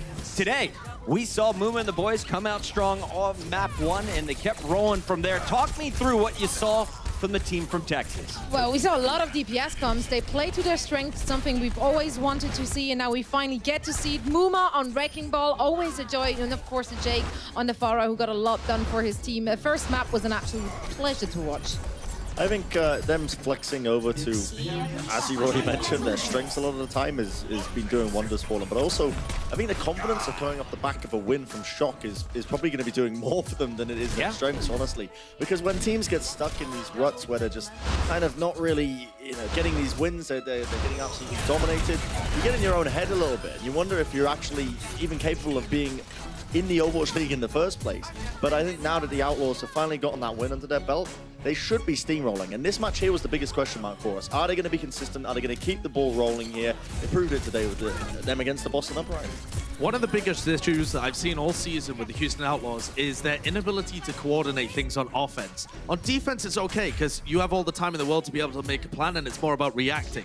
But on offense, there have been so many times throughout this season where they've had great opportunities and not been able to find picks, not been able to coordinate.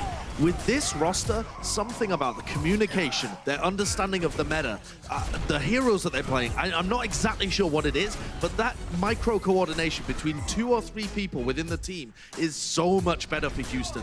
When Dante calls a hack, they follow up. When Jake tries to make a play, the team's there with him. When people are diving raucous, they're there to peel. This now looks like a Houston Outlaws team that is confident in their ability to play, but is able to coordinate things and use their communication effectively as well. It's weird. One of my favorite things to so watch has been Linkser on the Zarya chasing down kills with Boink speed boosting him into all those fights. Josh, you were breaking down some plays earlier in the day, but if you look at the big box, we got to see Linkser pulling out a sniper. He pulled out a tracer, and his Zarya continues to look impressive. Only 2 deaths while playing that hero. Most importantly, though, you got Dante running that Sombra, and since he's been crushing on the Sombra, Houston is 2-0 this week. So, and we touched on it on half. We could see Houston continue to roll in stage 3 and maybe even make the playoffs. Absolutely. If we're looking at the schedule, it's so very doable. Paris Eternal, always been like a middle of the pack and maybe lower team, so that's definitely a win, a potential win for them. Mayhem not looking too hot, Justice, same thing. And Toronto Defiant, they're also just like, if at all, if at all, they're middle of the pack. So this is super doable. Like, Houston Outlaws should technically, statistically win every single game of those. If they carry on this kind of performance, sure, and I think that's what they should be aiming for. But the big picture here is, can the Houston Outlaws turn around their entire season? That's going to be brutal for them because they're 5-12 at the moment. This is their stage 4 schedule, and this is much more tough. They face the Gladiators, the Fusion, the Reign, the Spitfire. So in order for them to make it about even and sneak into that 12th place spot, they need 9 more wins. That would take them to 14-14 overall, roughly. To be able to make this the season. So if they were able to do that, they really have to be able to win every single game in stage 3 and a lot of these games in stage 4. So it's not just about being able to be consistent, they have to continue to improve as well. They have to be in a position in stage 4 where we're predicting them against teams like the Fusion, against teams like the Gladiators. There is a sliver of a chance. Houston, it's all in their hands. Josh, does it happen? You said there's a sliver. Yeah. So already the odds are against them. But if I have to grill you on the topic right now, do we see the Outlaws competing in the top 12 at the end of stage 4?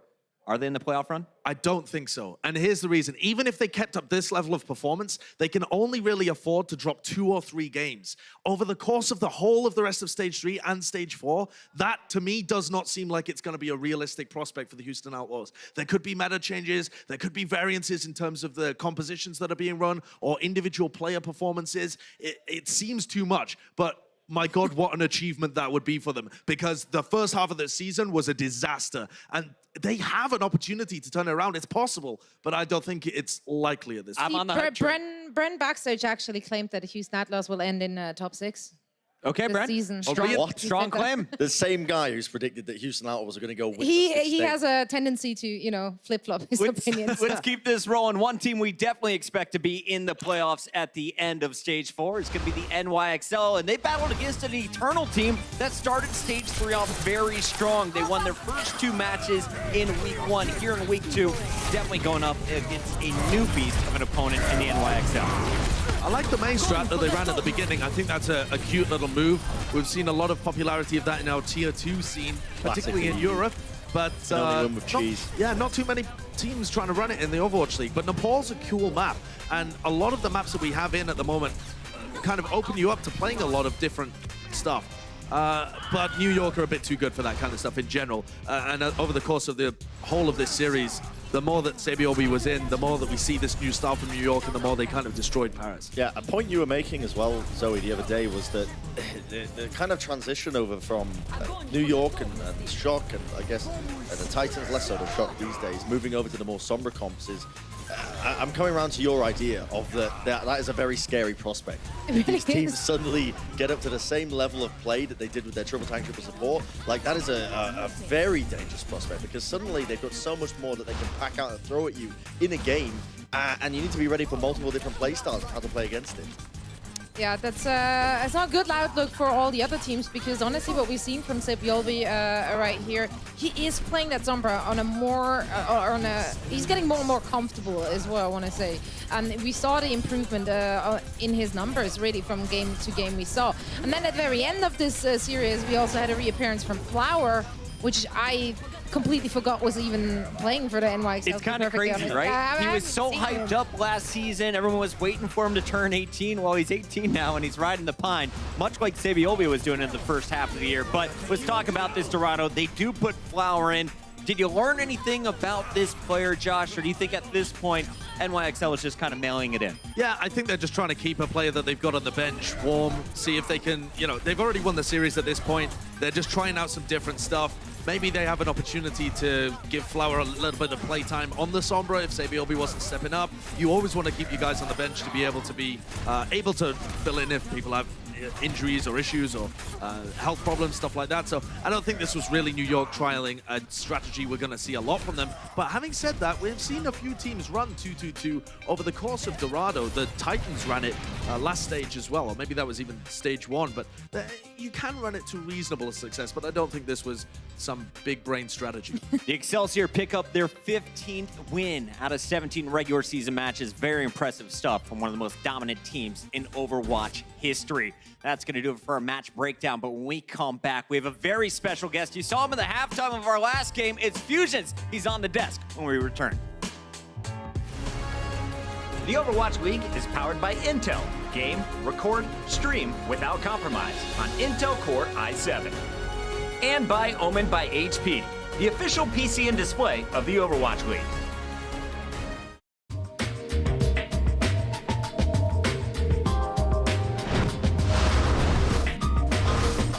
Running into bullets. Thrown in there by Linkser. Jake still applying the pressure from on high as well. And this is going to be the Houston Outlaws really trying to crank it up as Linkser once again gets to show us what he's capable of with a mechanical hero. Finland's gift to Esports strikes again! No, he has the shatter. No one would expect that. No one would expect the shatter right now. Nobody expects the shatter from behind. There it is again. Popo down already. Maybe they soon to follow, and you'll take that every time, man. Part being brought up at the moment, just finding a little bit of space. Oh, the flame dart! All you need is Oh boy! Now just gonna be looking for it. Armor pack coming through with the pin there for Marvel. They take him down. Jayhawk. There's another one. Now Rio taking a nap. Who needs trance for Sombra when you've got sleep? Time now is going to tick down faster and faster, but Ochi maybe extend the limit too fast. Shatter from Raw. It is big. It is just what the doctor ordered. And the Dallas Fuel need to have one on speed dial right now because they are hurt. This one is on a razor's edge here, but the sustain up front from Paris still looking good. Gray with the switch. Oh, Gray with the clutch. Heads are an Ivy too. God goes down.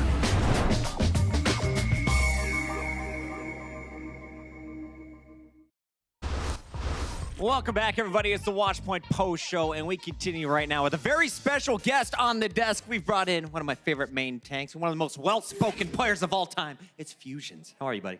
I'm good. You're doing good. Your mic's I'm working. good. We're going to get that up for you. Let's talk a little bit about your matchup against Houston today, because on paper, a lot of people thought this was going to be a very close match, but the Houston Outlaws now seem to be heating up. They walk away with the 4-0 victory. What's the toughest part of playing the Outlaws right now, a team that no one was afraid of in Stage 2? I think with the Outlaws, they bring a lot of versatility, especially with their lineup that they're playing right now. So you don't really know what they're going to do, and they're very good at the stuff that they're playing right now. Like, you've seen them really strong on the Sombra. Dante's really, really prolific on that hero. So yeah, they're a tough team to play against now, and I think they're going to show strength in the next matches as well.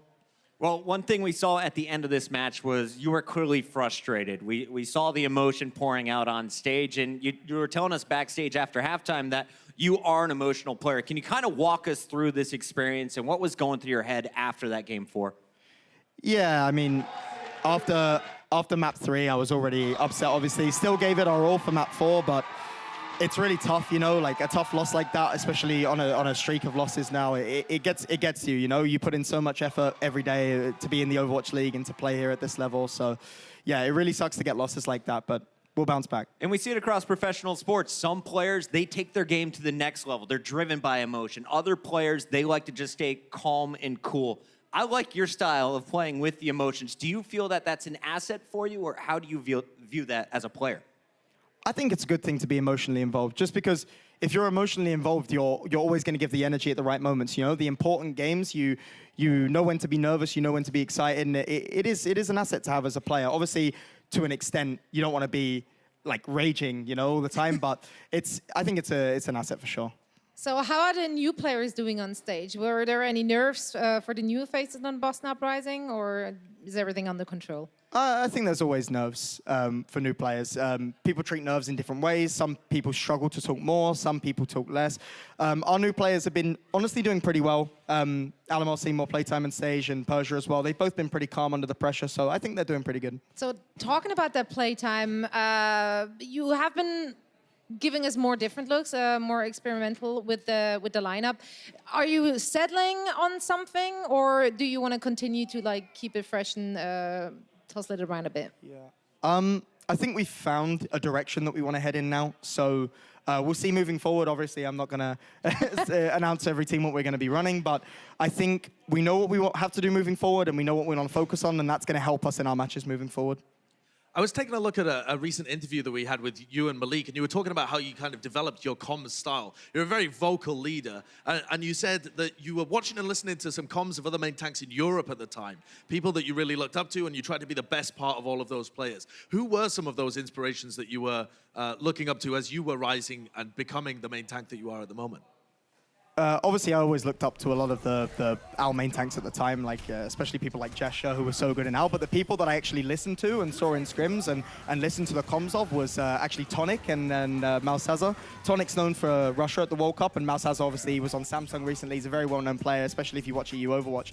So those guys, I listened to their comms, I saw them play, and I learned a lot from them too. And they really gave me a big confidence boost, because I saw that the stuff that they were doing was not stuff that I couldn't do. So I took that into my gameplay, and I made it better, and I became a better player because of it. So I want to jump back a little bit to the World Cup, right? So a little birdie told me that when the scrum was going, right, you're a vocal player. That's no secret, right? But apparently, Team USA could hear your comms during your scrims, right? And apparently it was the case that the only reason that Team USA was beating you guys in the scrims at the time was because they were listening to you and hearing you. Is there any truth to this, or? I don't even remember scrimming Team USA. Okay, all right, well, there you go. I do remember that Team Canada were right next to us, and we scrimmed them quite a lot, and I remember they could hear me very clearly, because I remember seeing XQC in the booth next to me and like hearing them talking about me, like, why is this guy so loud, dude? They could just hear me. I could hear them over the wall talking about me. It was great. XQC quote right there. Classic. What was it like then for you walking up on that main stage in an arena full of people as well, cheering for you and playing for your country as well? Walking up on the stage and going up against Team USA as well in our home turf. Yeah, World Cup was crazy. Like the crowd was insane, and that was like my first taste at like big stage. So for me, it was like really intense. It brought a lot of nerves, but also I was really excited, and I think that brought more to my play. Like you could see the sort of emotion. Like I was really driving forward in those games, and like Team UK, the guys on that team do such a good job of motivating you as well. Like Cruz, like the people that give you that energy as well. So it was a really great experience.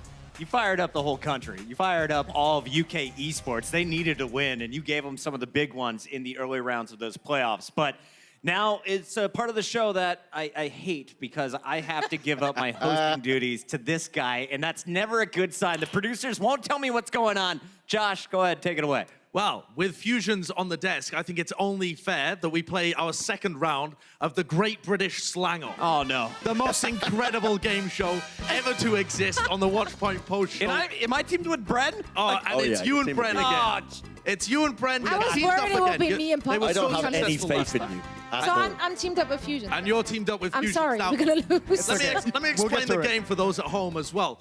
Because the land of English, the English language invented in the home of Britain, and there's a load of slang that goes on there that American people don't understand. Their brains just can't They can't keep quite up. keep it up. Can't quite keep up. Same with people from Switzerland we hear. Yeah, it's only my 5th language, so I'm sorry. So we're going to have the Brits read out a slang phrase, and our non-Brits are going to guess what that phrase means, and I'll give hints to try and steer you along as well. So Fusions will start with you. I can't show these to her, right? No, After I no, keep them absolutely hidden. not. Okay. Right, so the first one is lost the plot. I guess you kind of I think lost the plot. Was that lost the plot? Can I have a hint? Yes, you may have a hint. You may have a hint. So here's an example. It's used in a sentence. Okay. That coaching staff has gone absolutely doolally, bringing in players in stage 3. Have they lost the plot? What? Did that help? No, actually, that made it worse. Okay, I think it's you losing the direction, maybe. That's okay. That's okay. No, apparently, according to our producers, that's wrong. What does it mean? It means you're going crazy. You've lost it mentally. That's kind of losing your direction. Maybe. All right. Going crazy. Doesn't count. All Go on, right, Brett. here we go. My word for you. Tinkle the blower. No, it's not Phone that. call, guys. Not Phone call. that. Minging. Minging. Minging. Oh, yeah, that's one of my favorite dance moves, the minging. That is definitely not correct. You want a hint? So I'll Yeah, go give for me a a hint. hint. I'll go for a hint. All right, here it is used in a sentence. Went out for some scran and they put monkey's blood on my fish and chips. Was absolutely minging. Awful. Minging is awful. There you go. there you But go. he said it first. Awful. He said it wrong first, Well, and then he asked for it. winners are winners. You can keep losing. Go Oh, ahead. okay. All Right, right. go on, Fusion's next one. All right, next one. We got Codswallop. Can you say that again? Codswallop. Cod's wallop. I definitely need a hint for that. All right, here we go. Used in a sentence once again. Charles, can you believe Americans call crisps chips, jumpers sweaters, trousers pants, and trolleys shopping carts? What a bunch of codswallop. Is that like referring to like fish intestines? I don't know. Very No, I don't know. codswallop, it means nonsense. Bunch of codswallop, bunch of nonsense. Close enough. Absolute nonsense. Go on, Bren. Brent, All we right. got Hit him this. with another. Number 2. Wagwan. Wagwan. Wagwan. Wagwan. Wagwan. Wagwan. A wagwan. It's definitely a vehicle that you use to go down your cobblestone streets. Absolutely not. Wagwan. Here's Give the him a hint for hint. you. Here's Get the the hint for wagwan. everybody at home. So, used in a sentence. Wagwan, my G, you're heading to the club with a mandem to throw some shapes. Of course, my friend. We're going to the club to Don't dance. respond. Did I crush the whole sentence? No, just wagwan. Do you have any idea what that word itself means? Excited. Absolutely not. Brent, go on, give them the definition. The definition of wagwan, it's it's a shorthand version of what's going on.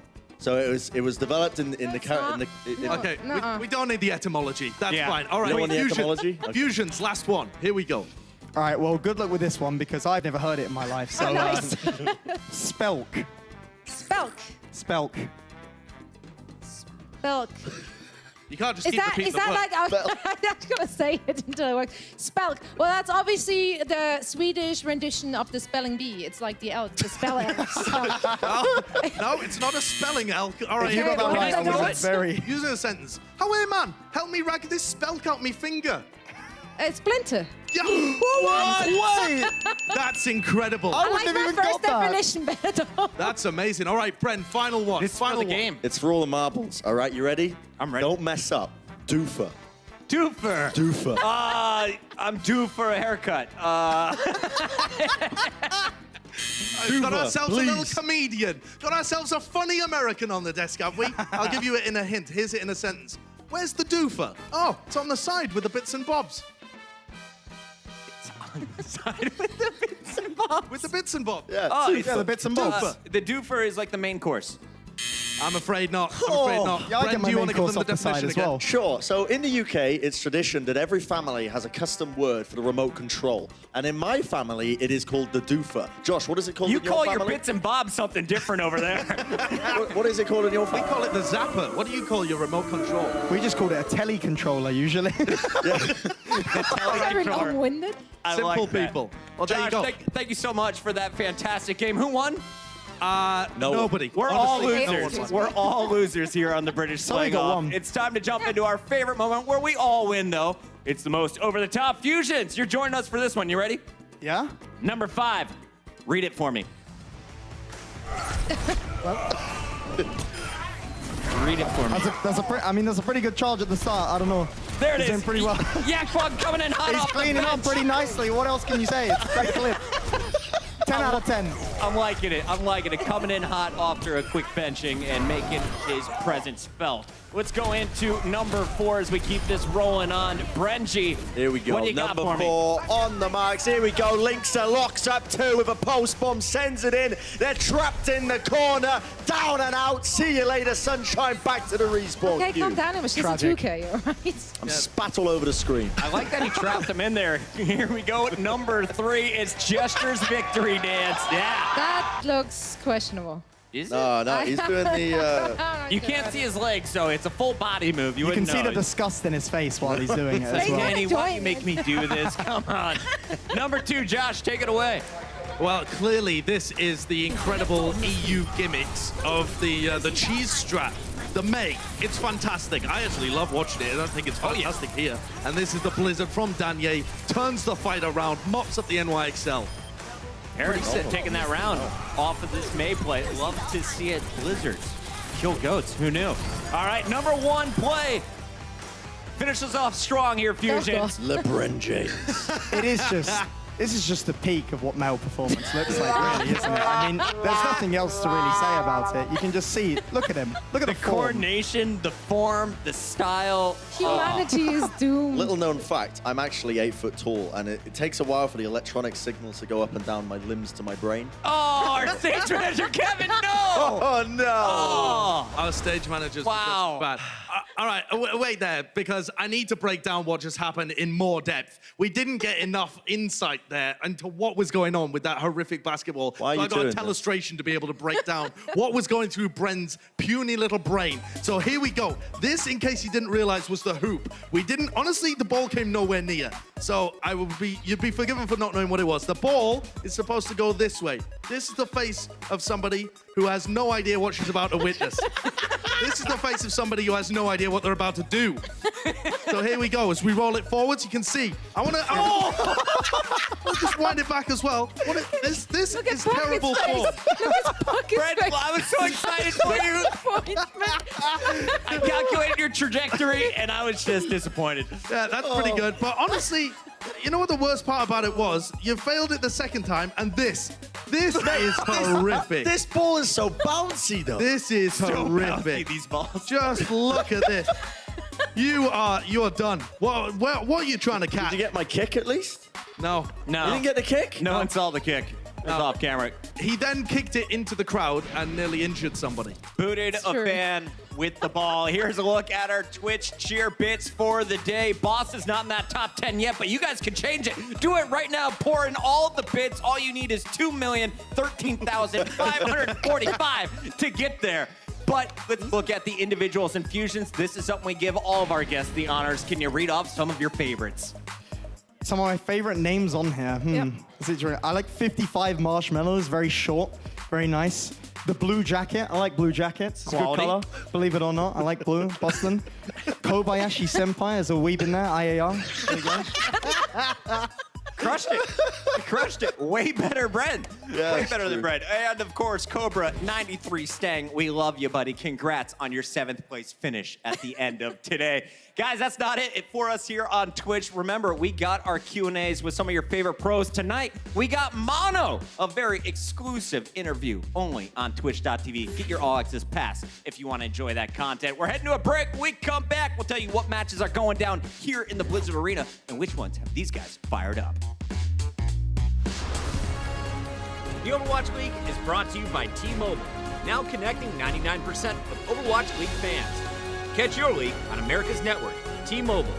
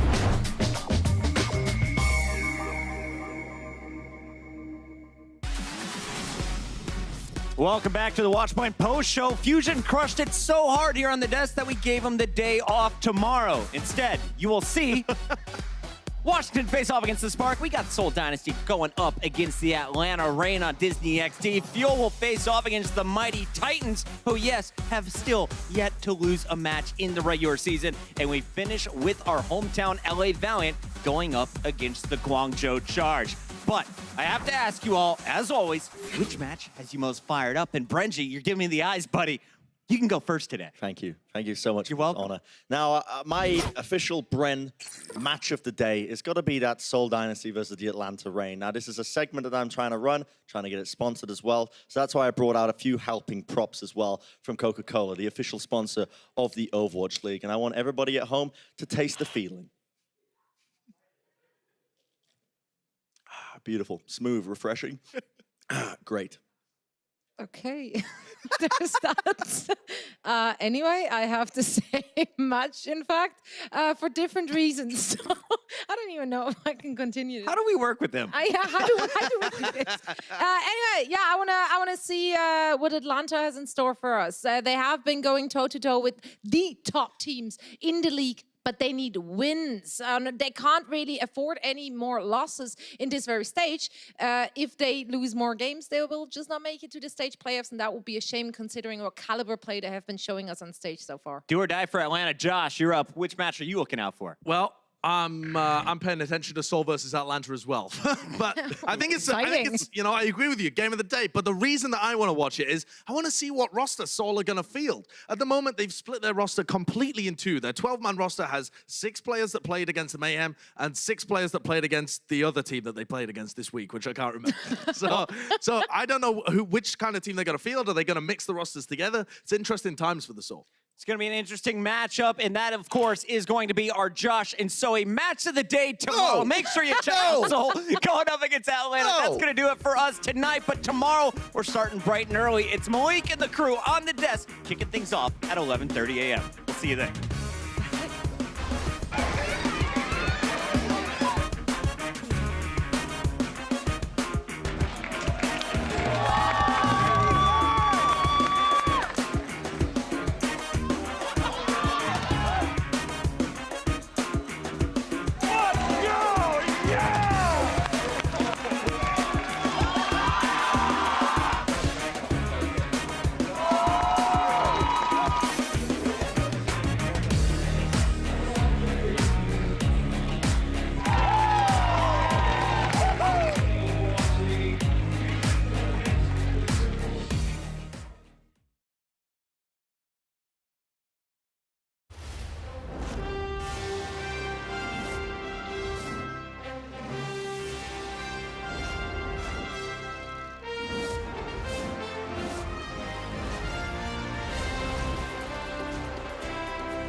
Welcome, ladies and gentlemen, to another day of Overwatch here in the Blizzard Arena, live from Los Angeles. Hex. Yep, no place I'd rather be. If you've been watching Overwatch League, you know it's the least predictable of any combat sport So there yesterday, what was that about? Who knows, man? I'm for it though. It seems like all the teams in the league right now are saying like 7-9, and they can beat all the top teams. It's really interesting. So on paper, New York looks like the better squad here. It would be an upset, but Paris is playing really well. Paris v New York, our first match of the day. Exactly, that's the one we're going to be hopping into. But as far as the standings are concerned, yes, New York are still very much at the top of the pack, an elite team.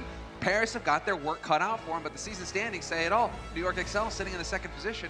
Paris below the cutoff for the qualifying. But I do believe that Eternal has another game against Boston coming up later this stage. So if they can beat the teams ahead of them, they start get above that red line. You really want to be above the blue line there. But this Paris team is a whole new look. They've been running out different rosters all the time, and Danye has been playing exceptionally well. Has been on the stand out. So good that he doesn't even need to be on the stage to have an impact. Hex, the man is a wizard, but he has been doing work in that Zarya role, the key role in this meta. You're going 3-3, you need to have a good Zarya, and it seems like Danye stepping up to the plate has made all the difference for Paris. And look, they've got a lot of other players on this roster. They have tried on the Zarya role. Soon has played it, Shadowbird everyone has played it. Original gangster OG players in the Overwatch League.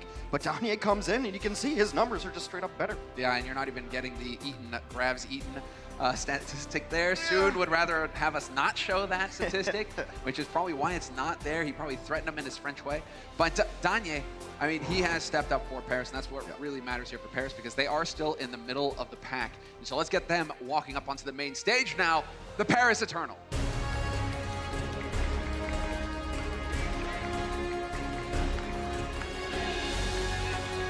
There they are. There they are. They kept us waiting for a second. Yeah, Just you know, build the anticipation. I am always waiting for you. I think it's a French thing as well. You just take your leisurely time getting where you need to be. There's the Paris Eternal, a new look Paris Eternal. They've tried a lot of different rosters here, but I think this is the one we're going to see going forward. And you play it until someone beats it. 2-0. There you go, exactly. 2-0 in this stage so far. And not an easy run either for them. So Paris, this will be the starting 6 for them. Nico on point. Ben Best has been stepping up in that main tank role. He's been looking solid. And then Cruz with the leadership on the back line. You also have the ultimate flex in Gray. He's a great flex support. Also will play a little bit of DPS when the time calls for it. But they do have an opponent. Let's bring out the New York Excelsior.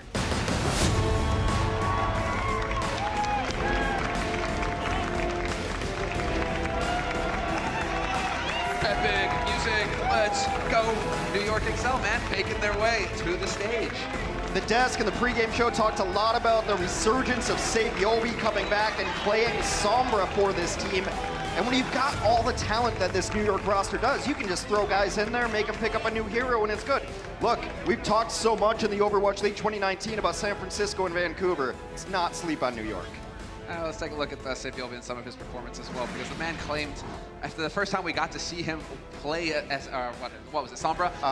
He's like, oh, I didn't even really practice. You know, I practiced a little bit, but I'm really just starting to get my feet wet here. Not on the roster for this first map, though, but Meko, a very capable Sombra in his own right. They ran it a little bit in stage 1 with Meko and also just a God-tier Diva player. So this is the roster they want to run, at least for map 1, but I'd be a little bit surprised if Sabiobi doesn't come back in here, because every time we see a Sombra, granted small sample size, it's been getting better and better. Well, what I'm wondering about is whether or not what he brings to the table isn't the Sombra as much as the leadership. Yeah. Because, I mean, SBB, that's what we were always talking about last season, was just the impact that he had live to turn the team around and to get them pumped up. And then you don't really have that if you don't have him on stage. So getting him into that Sombra role still gets him onto the stage, and then he is able to rally the troops. He's also Captain Clutch. It seems like when they really need a big play, he is the one that dials it in for them. But like I said, not showing up this map. I think when we see Sabiobi more in stage 3, Nana, of course, on your screen right now, it's going to be a really interesting Zarya matchup as we go forward. So, I don't know. This is an interesting one to call, because Paris is playing so well. But at the end of the day, New York is still New York. Mono's still my MVP candidate in the league. Yes. And you just look at everybody on this roster. All-star, all-star, all-star, all-star. What do you think of the ZVZ matchup? I think going 12 pools, it's just wait. Yeah, no, I'm more of a 6-pool kind of guy. Oh, back in the day, back in the day. Well, of course, the Zarya versus Zarya matchup is what we're going to be focusing on as these teams get ready. There's Ben Best, but I think at the desk I'll pick New York. I think that's safe. Let's take a look at our map set presented by Toyota. New York are the second team in the league right now in terms of standings. You can't really discount that. It would be a huge underdog win for Paris to take it here. So kicking things off on Nepal, we'll get that control going to kick things off a little bit chaotic. What do you make of Paris's odds here, Hex? I think control is always chaotic, so you can kind of always throw that coin up in the air. You see teams like Houston besting teams that are probably better than them on these control maps, but once you start getting into the more set maps and your payloads, your escort, assault, where you have more set plays, more definitive styles, then you see some of the best teams in the league rise to the top. But control's always been one that the teams embrace the chaos and you can win. All right, Macho Man Randy Savage. The cream of the crop. The cream of the crop, brother. Rising to the top. And that's what we're going to see here. Are they going to do it? Paris Eternal. No shock here, although we got a little bit of a change up here. May's always been really good on this round in particular, because her wall allows you to completely shut this door. It's about the exact same size, so this is a different strategy, but it's not groundbreaking. No, exactly. It's fun though, because usually you're so built into seeing just 3-3 coming out the gates now. But there it is, in action. Wall goes down, cuts the tanks off from the back line, and just like, it's going by the playbook perfectly here so far for the Paris Eternal. Good by Jonak. We're gonna lose Nene too, or we should in a moment. Nene dangerously low. Yeah, New York tried kind of a pincer mover. They sent people in the front and the back and tried to kind of mitigate the effects of that wall. It's interesting they're still hanging out here. It's kind of soft retreat from New York as they come back. Both teams missing their Zenyatta, so it's even. No, I think it was like timing. Timing was just a hair off for New York on that flank. Still, it is first control here for Paris Eternal. They're going to be happy about that. And Danye, as long as he stays comfy on the point, there it is. Wall goes down once again.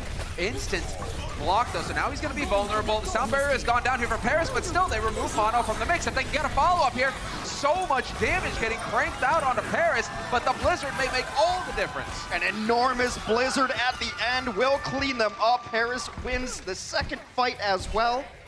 It's just such a frustrating strat to play against. May's a frustrating hero to play against. No fun allowed kind of hero. So you kind of want to get your tanks up front there, and like if you're going to get walled off, you'd like it to be the Zarya or someone of the bubble so that like you're not getting frozen immediately in their survivability. Let everyone else wrap around there, and hopefully you get all 6 on point when the wall finally comes down. Nearing ultimates now. There is an Earth Shatter up. A wall can block Earth Shatter too. Yeah, exactly. Wall can go down. It's just like a Ryan shield. Got to break it too, but we've got the grab. Looking for the corner, perhaps. There's the shatter. Gonna buy a little bit of time, but Mono's still gonna go down. Meko gonna get demexed, I'm sure. No, he gets top back up. Jonak in the nick of time uses Trance to save him. But the Trance does not save Mono there too, and now the D.Va is going to have to get off of the edge over here. Paris looking very stout with this pocket strategy on Nepal here, and they've got 2 tank ultimates remaining. Really only self-destruct and feed available for New York. Danye with the Blizzard. As long as he's wise with how he uses that, it's going to be so hard for New York to get on this point. There's the grab, going to just draw him in. Mono not getting in there anytime soon. Blizzard goes down as well on the point, and are they going to be able to get this done here? New York slowly trying to work their way on. They might have jumped the gun here, Paris, because those ults not getting the highest value. New York still hale and healthy, all 6 alive. Losing Benbest hurts, but that's a nice DMAC. It's not going to be enough though. Now if you're Paris, you just want to save ultimates here, get some charge up if you can, sit at 99 and take a good fight. That's a toughie.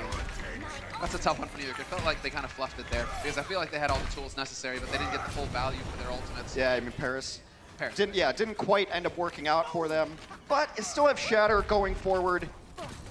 See if they make any changes here. You can get aggressive with Beat, knowing that you're going to get Transcendence up after that. You also know there's not a grab from the side of New York, so now it's just about the approach angle. Do you try to bully your way up onto high ground? Looks like they're going to rotate and go through mid. You got time to get Finzi up to that grab, and then that can make all the difference. Libero with the rally to kick things off here for New York. Getting everybody armored up. And this is just a chip game, waiting on Finzi to get that grab. Danye's working his way up to the Blizzard as well. Shield super low. That was a Mei wall though, and I think that actually negated a lot of the shatter, and now Mono may have overexposed himself. Down to half HP, getting swung out by Benbest, and there's the sound barrier thrown in by Paris. They are looking to take advantage of this. Jonak uses the trance, just trying to weather the storm. That's going to set it up now for the grab, and this could be massive damage. Still, New York somehow. Unbelievable. They take all the work and just throw it on the ground. Not entirely over yet. This Blizzard slowed things down so much that Paris has the numbers advantage on the point. Unbelievable to turn around here. Jonak is even going to be able to challenge. He's just trying to stay alive at this point. Clever ball. The only one out there. Going to get beamed, and that is going to be it. Nobody from New York can make it in time, and it will be Paris weathering the storm. The notion of using Mei on control has always been a very appealing idea because that Blizzard is so big. It covers the point entirely. That round in particular, you can wall off the door, you just play point the entire time. So that's always been a notion that teams have played with, that if we can get a Mei going and protect her, we can lock down the point. It's such an enormous ultimate, in its terms of size and scope. It's also really frustrating to play against. You get a little mental tilt from the other team. That Blizzard at the end was so clutch. Definitely thought that New York had done it, had held it, but Paris, they're going to sneak it out. Now we're going to be back to the usual here. Don't think they could have changed the last one because Finzi was on the Zarya and Danye had to stay on the Mei. Now we have Danye back on the Zarya, Finzi with that D-Matrix. And Mirror. Yep, absolute mirror as teams come out here on the point. You can see a lot about a team's style based on their rollout here. And it does seem like Paris wants to be the aggressor in this situation. New York's matching them though. Bloody. A lot of damage on Libero there. Got to be careful. Ben Best is still going to punish that. Not quite going to find it. So this is now into the poke game here. Danya's got to stay careful. He does not want to get picked off first. That would be disastrous for his team. A lot of damage here. In the chip game, Paris are definitely lagging behind. It's getting a lot of resources to try to keep this front line alive. Big early barrier. Really early. Using it to take the fight. Using it to hopefully win it. Jonak is going to have to use Trance, but he's a second too late. Mono gets overwhelmed before he can get it off. And now Gray with the Trance of his own for Paris is going to make things interesting. Nene with the grab, bringing him in. Danye goes down. This is so awkward though, because I think Libero gets cut off from the rest of them, and they're just trading tit for tat right now. It's such an enormous early barrier from Bruce. Neither team is taking control yet though, and it's just becoming a bar fight out here. Meko gonna get D-Max though, that's not gonna help things. Can he actually get a fresh mech or not? They're so close to picking up first control here for Paris. Ben Best though's gotta be careful, Ben Best gonna go down. Paris has both tank ultimates, and they know that New York has used theirs, but getting so close to another grab. Unreal, Jonak has the Trance up already, again. Feels like he just used the last one. Well, he's charging in 47 seconds. That's so sick. And that just goes to show how long this fight has been going on for. Who's gonna get first control? Nene, don't go ahead and get that grab down. They're looking to follow up. Vinci gonna get overwhelmed. Gray with the Trance though, keeping his team up. Ben Best dropping dangerously low, and they will still get the contest. This is the longest running fight so far. This is unreal. Neither team is willing to cave. I think that's just gonna about do it though, as New York gets themselves 3 finally in this fight. Actually reminded me of the Pharah meta on Oasis, where fights would just go on for 20-something minutes at 99.99. That one, both teams committed a lot late into the fight. Let's take a look at the ultimate economies for both teams. New York in a great position with double support ultimate. So even when Danye gets to his Graviton Surge, which he's close to getting, 76%, they will have their option to how they choose to respond to it.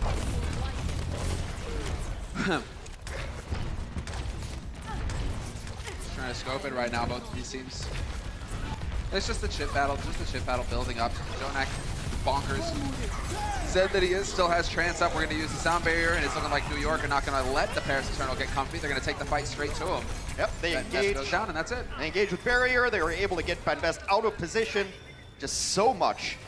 The big battle in these 3-3 mirrors. Can your Lucio get behind the opposing Ryan? Can you knock him into the meat grinder that is your team? New York in good position. They use one ultimate, win that fight with aggression. However, the swing back is coming though. Paris is nearing almost every single one of their ultimates. I'm about to crack open that 6-pack. We'll see. It's gonna be good, there it is. Signs to go for it. We will have the grab thrown in. Ben Best getting taken for a ride into the wall with the help of Jonak. He goes down.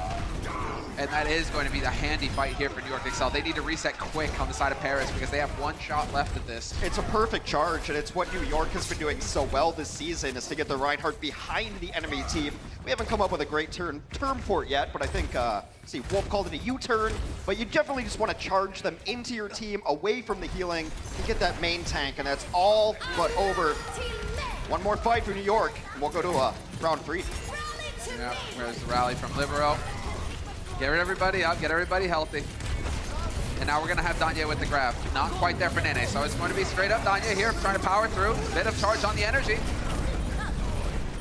D-Matrix not there anymore because the mech has been used. Meko is going to get a fresh one. Fincy as well though, so we are back into it even. Paris still losing on the chip fight, and Ben Best. No value for the Shatter, unfortunately for him. This is looking like New York are going to stabilize. It's a great grab, pulls him up onto the wall, and then you get the cleanup with your Rhine. And what do you feel about Sanctum on Nepal? Because we will be headed to Sanctum just next, 100-0, but it felt a lot closer than that. Well, I think it's got a lot to do with that first fight going down between these two teams. The last like 3 minutes of non-stop fight before you even got control of the point. So yeah, we're going to go to the Murder Chasm. There is going to be Orisa halts and most likely environmental kills.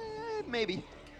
Really depends. Teams have a lot of different stylistic choices. I do want to mention that Jonak was charging ult every 44 seconds. Let's take a look at what Mono had going on his Reinhardt. Really stepped up on the second point here. I believe this is a big shatter. This is post U-turn pin. And he just gets him in the retreat. Ah, that's so smart. That's just gross. perfect flank, and we will not be getting any of the environmentals unless Cruz or Animo get creative. Well, we are getting off the Rhine mirror, so it's going to be a Winston mirror instead. Perhaps we get some Primal Rage, some Chaos Monkey kills. Instant stun. Mono will be able to get out of harm's way, it looks like. Decent charge. Benbest coming out ahead of him, though. 42% for Benbest towards that Primal. That's so much what this battle is all about, is getting your Winston on chokes. You see a lot of defensive assaults, too. Mono, permission to land denied. Denied. So sick. Nico, what are you doing? What was that? Nico just charged in. Blinds. No idea what that read was about. I was about to praise him, being like, dude, air control on your side, you knock Mono back, you don't let him land on your team, you don't let him get primal charge, and then the guy just YOLOs around the corner. Maybe he felt really good after that whip shot. Well, hubris. New York takes first control of the point here on our first map. Tied up 1-1 on Nepal. See, Mono's getting there on his Primal Rage. Very close to both these Winstons. It's so important to get that Q first. It's such a disruptive ultimate. Be able to bash people around, and then they have to play so passively, knowing that there's any moment in time you get knocked into that pit. So New York's fine to just sit and control. Nenny gets very low, is forced to grab. Oh, nice, another start here. New York just getting everything to go their way. Danye out of it, pretty much snuffs this fight for Paris. They're down 2, and they're gonna be down 3 in a moment. So New York, is it gonna be another 100%? I'm curious to see if Paris are gonna be able to rally here. It's a perfect fight win to use one single ultimate. Yeah. You get Transcendence out as well, and you win the fight completely. And that Graviton will get you to your next ultimate, usually with your tank, whether it's a Reinhardt or a Winston. You see Mono does have Primal Rage now. Who's ready to start punching people? Because both of these Winstons have ultimate ready. They're gonna be looking to do just that. Mono is on this really strange off angle. He's bottom right corner. Benbest is having a real hard time He's waiting for Paris to engage so he can jump in behind them and start knocking them off. Well, now they're on bridge, he's gonna come in. There it is, Mono. Grab is down, he goes for the Primal anyway. Have to grab him.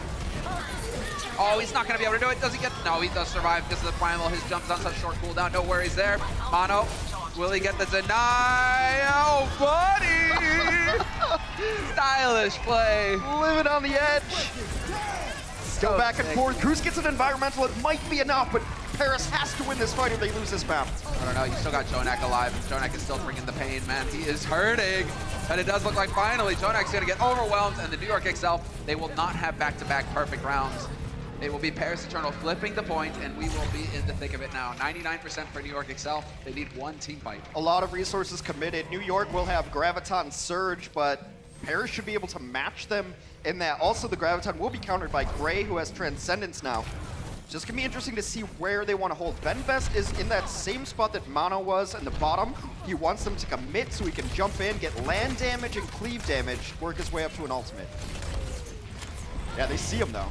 See Nene spotting him? They see what's going on here. Clever plays. Fizzly to kick things off. Can they get Benbest? If they can take down Benbest, this could be big, but Gray with the trance is going to use it. He's going to keep him up, and Paris Eternal are going to maintain the man advantage. You finally lose Benbest, but in the meantime, you've taken out Meko for the New York XL. Just Nico fighting away, swinging with his team. He's got all the support in the world. Cruz is backing him up. They speed in. They take down the remainder of the NYXL. There's not enough alive to try to contest this point. Paris looking good. Be about 60% until they fight again, probably 2-fight territory. Paris had to use some of their abilities though. Yeah, New York right now are building up on their backline ultimates as well, so they'll have that trance. Looks like they'll have it a bit quicker than Gray, although Gray is doing a good job building here. I'm just looking where these Winstons are holding and when they want to initiate. It's been pretty color by numbers here. Both teams are playing the exact same style, where they hide Winston on the point. They're going to collapse onto Benbest. He's in trouble. So scary, but the sound barrier goes down. That's going to keep him up. Benbest hanging on by a thread. And now it's going to be New York XL trading back the sound barrier. Danye somehow blows himself up, and that's not going to help things here for the Paris Eternal. Grabbed him off down the point. 2 already. Off the point. New York on it. There it is. Going to be able to touch once again. Finzi is there. Unbelievable. Meko makes it back up alive as well. That was cute. Meko drops off the edge. He has his boosters on cooldown. It is just Nico, one man against the world. Benbest is going to join him into this. And they're getting a lot of damage, but no finishes. They can't quite get it because the taser, that Tesla cannon, it's great at building primal, but not much else. Attempt at the boop, that would have been sick. But it's not meant to be, and New York Excel certainly will be locking it down and taking the first map of this series 2-1 over Paris Eternal. You're still happy if you're Paris. A very good showing against one of the top teams in the league in NYXL. Could have gone either way. That's with a May on the first point. Really interesting to have that kind of pocket strat. Gonna be looking forward to seeing what happens next right after this. The Overwatch League is powered by Intel. Game, record, stream without compromise on Intel Core i7. And by Omen by HP, the official PC and display of the Overwatch League.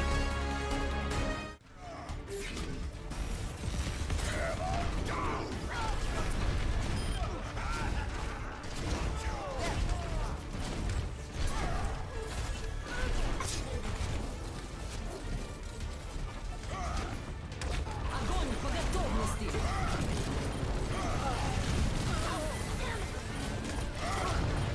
Vamos, coração!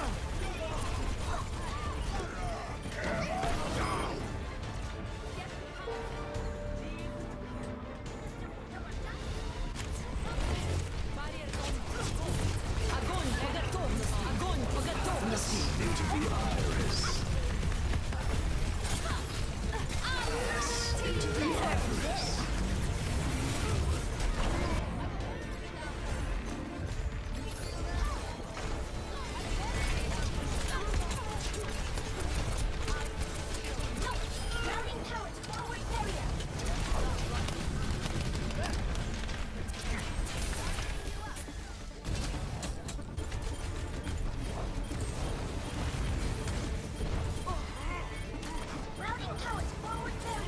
Огонь по готовности.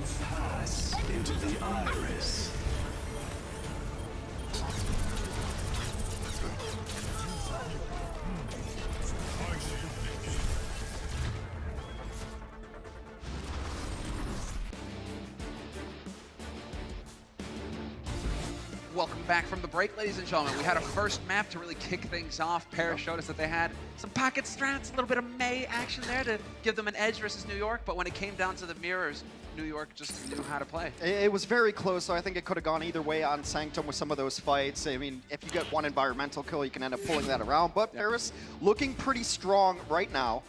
We do have a change on New York, though. We kind of hinted at it before the break. That's not New York. That's just Cruz. But Cruz, he's such a handsome devil. I mean, you know, it's all good. Yeah. You look at him for a little bit. I mean, look at him. Ah, a Brit in the wild. Professional esports.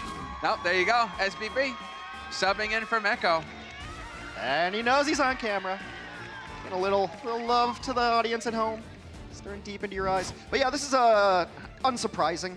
We thought Mono was coming out, and that made no sense. But Sabiobi has been the Sombra specialist, the ace, if you will, for this team. As I said, Meko has been fine on it, but you just allow Sabiobi to just practice this. And then Meko doesn't have to worry about practicing both. Yes. And you can pull it out at different times, but I think this is telegraphing exactly what they're going to do to Paris. They are very likely going to run Sombra. You don't bring Sabiobi in to play Diva. What's bonkers, I mean, well, I think, Sombra versus Outlaws was his first time playing Sombra. Yeah.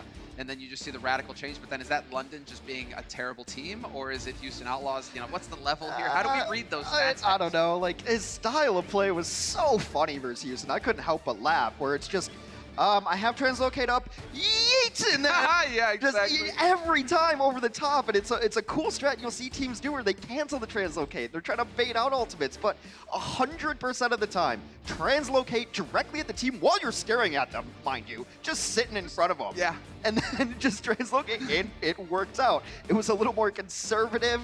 I said going for individual hacks rather than just the ult of Sombra, going just giant on it, but he's been improving. We'll see which version is going to play today, but the Sombra meta is so interesting, and I think we covered it a little bit too. We're entering the Sombra Renaissance, the Sombra-sance, I think Ben called it. And it's the mind games are just so nuts, where you're playing against the Zenyatta, but is that your optimal target? Diva is supposed to be your counter because she's spy checking, but also Diva gets hacked and she's absolutely useless. So if you can start off a fight with a hack on Diva, you're essentially going 5v5 up front, while you're actually doing something to the Diva and she's doing nothing, just a 2-ton potato of a mech.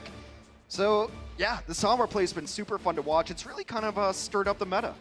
Yeah, I'm very curious to see if Paris have been able to adapt to it, or what we're going to have here now that we move into the more structured maps. Control is always a little bit chaotic. You can have like pocket strats, etc., like we saw with the Mei earlier from Paris Eternal in the first point in Nepal, like cool beans, right? But now you're starting to get into maps where you have the strats, it's less chaotic, and teams can really plan out how they want to execute. I mean, why are we shaming Gray like this, though? Look at the difference. It's not really Hero and fair. Damage. It's not really fair. Jonak, I think at the end of it was charging ults every 47, 48 seconds, so Transcendence was always there. And it's because of the damage he puts out. He's never going to be the top of the league in healing done with those orbs. He's busy. He's busy clicking stuff. Exactly, Hex. That's the thing. Jonak's philosophy is just like, why do I need to heal if everything in front of me is dead? Yes. It's just simple, easy.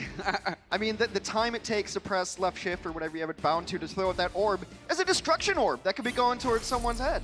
Exactly. All right, let's get into the maps. We're going into Volskaya as our assault map here. Coming up next, gonna be fun to see what they've got in store for us here. Numbani and Dorado will be the 3rd and 4th map. And much like the Sombra cinematic trailer, which takes place on Volskaya, it's always been a really good Sombra map. Even when she wasn't popular and she wasn't in meta, you'd see teams still run the Sombra. This was back when Sombra used to get charge off of healing with packs, so you would just play pack room, which is the bottom right, to the right of capture point A here. Once a team takes this, it'll unlock B. Capture point B is about a mile away here. There it is, towards the end. The long walk for the offensive team to get there. But it's going to be interesting to see where these Sombras want to play here. And I think we're going to have a mirror of the Sombra mirror. No divas allowed, apparently, on Volskaya. We're starting to see, I mean, I'm glad. Breaking the 99% pick rate for divas? Yeah. I'm fine with that. Let's go ahead and, you know, give her some rest on the bench. It hasn't been since, like, Percy Season 1 that we needed, you know, to cut some slack for a hero. You're also a big fan of her voice lines, aren't you? Oh, yeah, that's... I'm just a big fan of the Doa cosplay of Percy back in the day. That was hilarious. All right, scouting information now for both teams as the Sombras roll out. I think Jonak's going to go Ana here. Yep. Jonak's Ana stats have actually been ridiculous this year. People forget because he's such a good Zenyatta, but his Ana is insanity, and it's just straight up better against a Sombra, in my opinion. You can still heal and protect yourself a little bit more than Zen can. Well, it's also the effectiveness of lacking a diva. Yep. No D-Matrix. Hey, my grenade can now paste your entire team and stop you guys from healing, or it can do additional healing for my team. So Jonak's healing stats should be off the charts here in this match. It's going to be fun to watch how they choose to adapt on the side of Paris Eternal. Paris kind of going a bit more standard. Oh, there it is. He doesn't miss sleeps. He just doesn't miss. Over the top with a nade, unable to finish up those kills. But that Lucio's purple. New York's going to use this time to aggress. So sick, so sick. All right, let's see. There's another one. Take a nap. Take a nap. Finzi, you're having 0 impact. Here, have a grenade too while you're at it. Finzi and Cruz have got to go play hide and seek now and just try and survive while the rest of their team get pasted. And New York Excel right now just looking so good. Another nade up should be. They have to use barrier though. There's the EMP though, and now everybody's gonna die. There's the first tick, permanent for New York, and yes, there's the cleanup. So New York Excel just making it look so good. The silver lining for Paris, though, is that EMP is one of the best ultimates to snowball and take a second point. So they had to use EMP there from Sabiobi, but they have a lot of other things to work with. I would imagine the Nano Boost is going to go on Mono or even Sabiobi, because if you can protract this fight out long enough and you get it on your Sombra, you could get EMP before this fight ends. Oh, there's the rally. Oh my, unbelievable. The EMP still goes off. 2 hacked on the side of New York Excel. The rest of them perfectly fine, though. They are hanging in there. Armo's got that sound barrier. Looks like he's going to use it, but there are still 3 quick kills here for NYXL. Make that 4, and they are going to get a single tick of progress permanent. I mean, I'm looking over, and it's just Gray who's alive. They need the rest of them to kind of get in here. Ben Best is going to roll his way into it, but he might get picked immediately. Stunned, hacked, hamster life, not a fun life. Oh, man, just go ahead. Like, reset squeaky wheel, man. That's brutal. He's gone in New York right now. They are on the edge. 5.5 minutes in the bank for them, and they are just picking them off. Nothing really that Paris can hope to do here. They are stalling, doing a good job of that at least. And now you've got Ben Best, and Ben Best gets deleted again immediately. Unreal. It has been a torrent of blue in the kill feed. 19 eliminations to 1. A very one-sided offense. Just perfect. This is the game plan going perfectly well here for New York Excel. Everything going right, and now it's on Paris Eternal to show us what they're capable of on the offense. Coca-Cola is the official refreshment of the Overwatch League.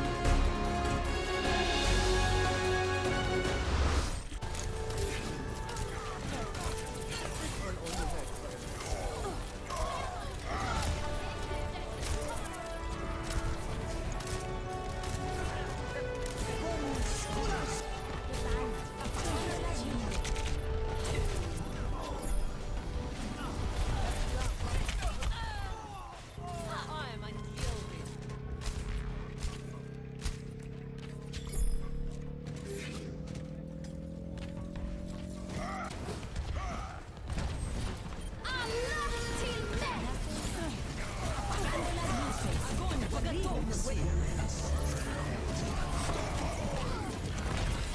Огонь по готовности.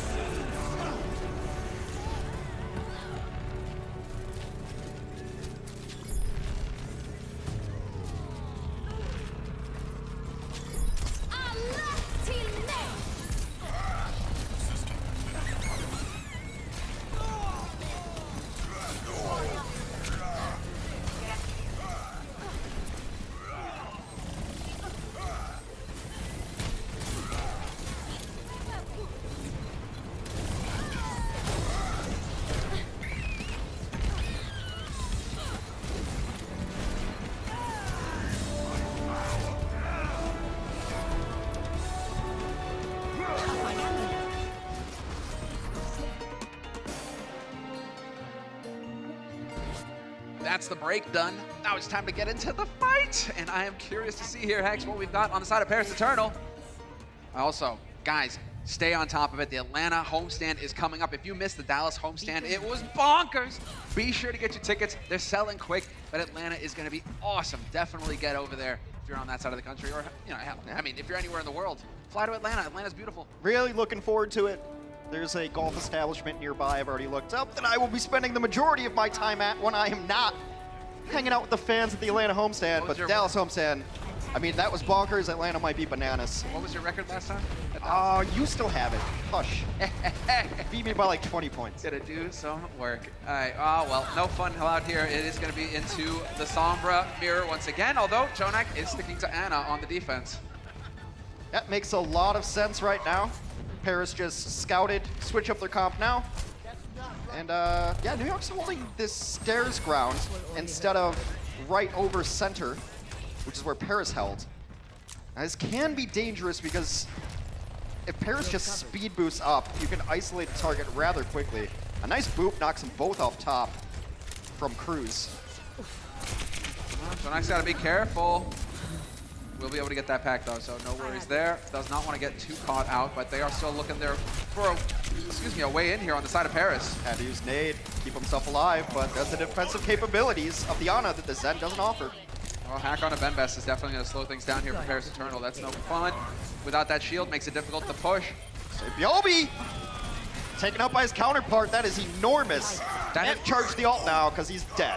That has just been the running battle, but losing Benbest in the corner, getting cut off from the rest of his team is not going to help things, and losing Danye as well. Paris Eternal, those are two key heroes you cannot afford to give up. Gray's going to get cut off, and that's it, the reset. So despite losing SBB there for New York are able to stabilize and make it look good. Yeah, they hold the front door. Sombra will be back here on time, one of the faster rollout heroes. Translocate, you run faster when invisible, apparently. It's like a combined superpower. But now holding up top, 2 minutes left for Paris. And we did check, I don't believe it was a record from New York's offense. This is just too good a stall from Paris. Огонь по готовности. Yeah, it wasn't perfect, but we will have the sound barrier. There's the shatter. Boom, point blank, let's go. Big damage. I mean, that's like the Bionade is just a nightmare. What do? You get grabbed into a Bionade. It's just a brutal combo. One of the best abilities in the game. It also shuts down Transcendence too, so it's when you grab the other team and they have Zenyatta but you have an Ana, it just doesn't matter unless they're able to somehow prevent it with a shield or a bubble. New York looking good though, 90 seconds remain. There's been no permanent progress on the point for Paris. New York looking to go into halftime, 2-0. They've got all the ults they want. Sabiobi is just gonna be looking for an EMP. Danye as well, though, you can see he's kind of hoping that they drop down onto the point. But New York, it's their defense to lose at this point. There it is. All right, Nene on the bottom. Let's see. Cruz. You lose Cruz, and that's not going to help things. And it looks like Paris are going to decide to back off and wait for him to get back into the fight. Yeah, I think Dogman had a quote about that. That was not ideal, but they can still reset here. 60 seconds remain. But now New York has got nearly every single ultimate, as does Paris, though, except for Cruz. It's really just who can hit a better EMP. And you have the EMPs cancel each other out as well. Oh, unbelievable. So sick. Libero, what a hero. Oh, that could not have gone better. Libero is so sick. See the anti-heal goes in too, and that is about as quick as you can win a fight. EMP canceled, EMP denied. Paris is in a rough spot here because that fight bought them time to get tank ultimates online, Earth Shatter, Grav, Boost, everything you want.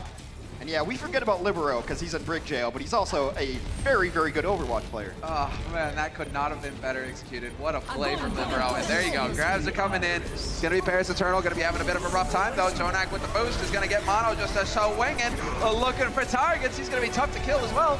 Definitely gonna help. Ben Best goes down, there's a shatter point blank, and Mono decided to go ahead and plaster Gray across the wall. There's some modern art for you. And this is not looking good here for Paris. Nico, the last man alive, and New York excel. 2-0 in the lead. Sombra almost won that 1v1.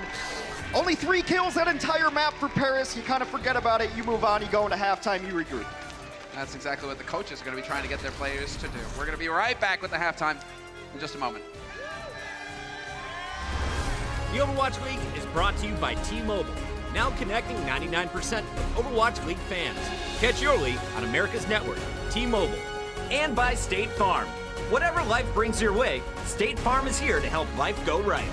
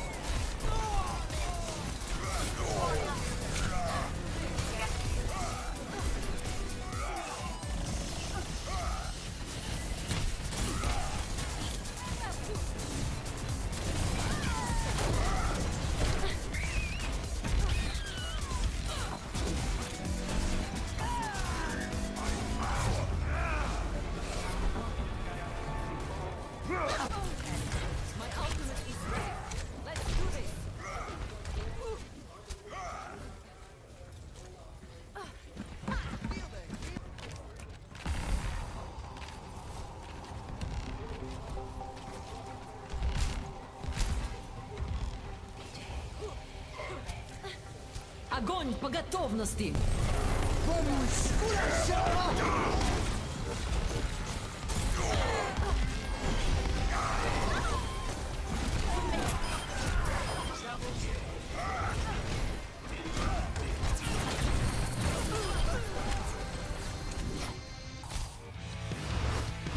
So far, it's all New York.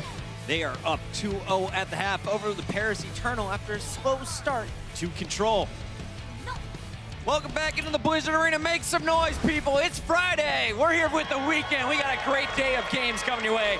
We got Squash back in the building, the man that is in every single one of the promos we've ever put on the internet. We love you, Squash.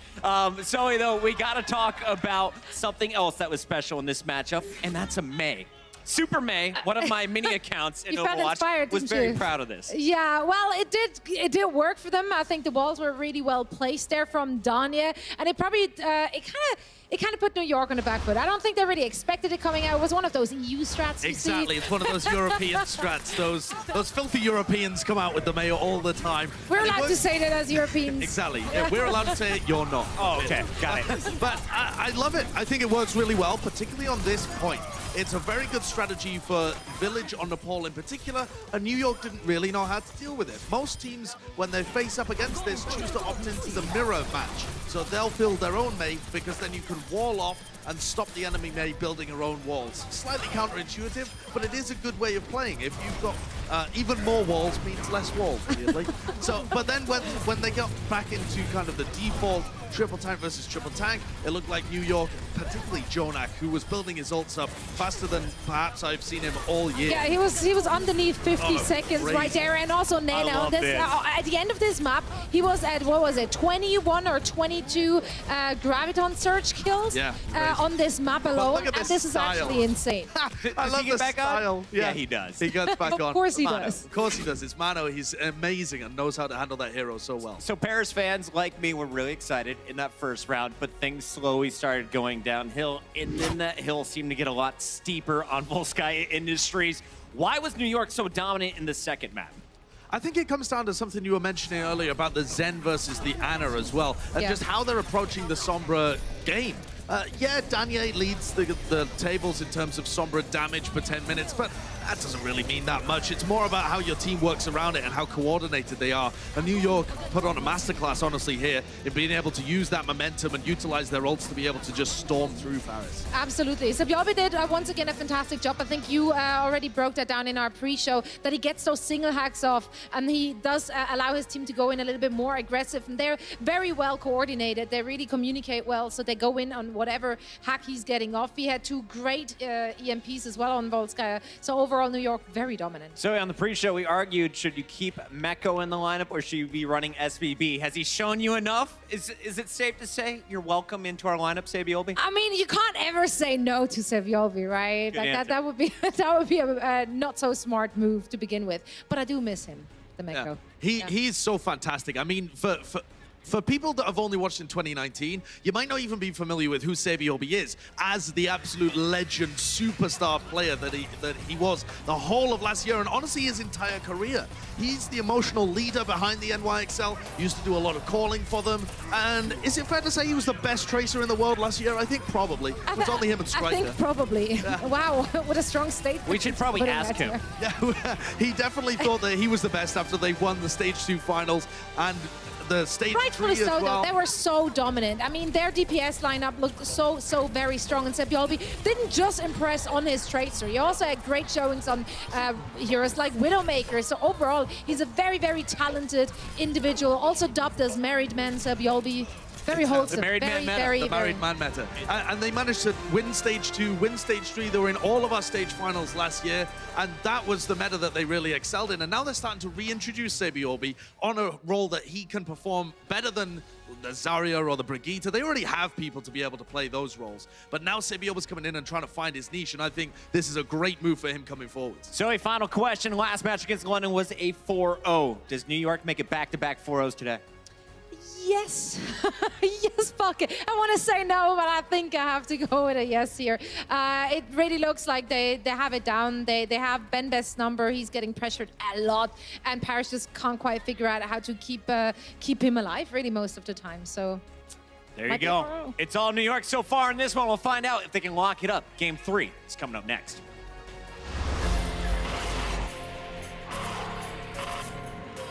They don't just play for a team. They play for every fan, every rival, every moment, every match. And when everyone watching expects the best, they perform with the best.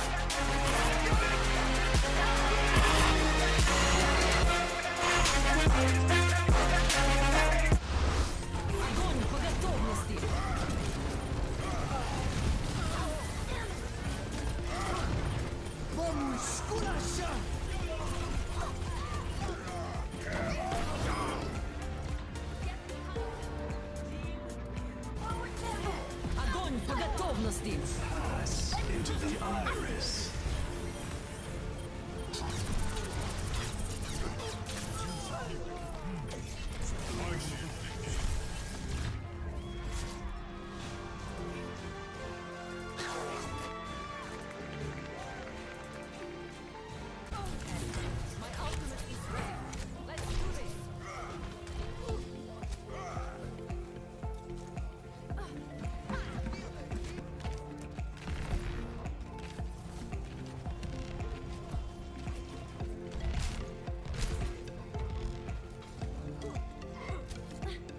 Огонь по готовности.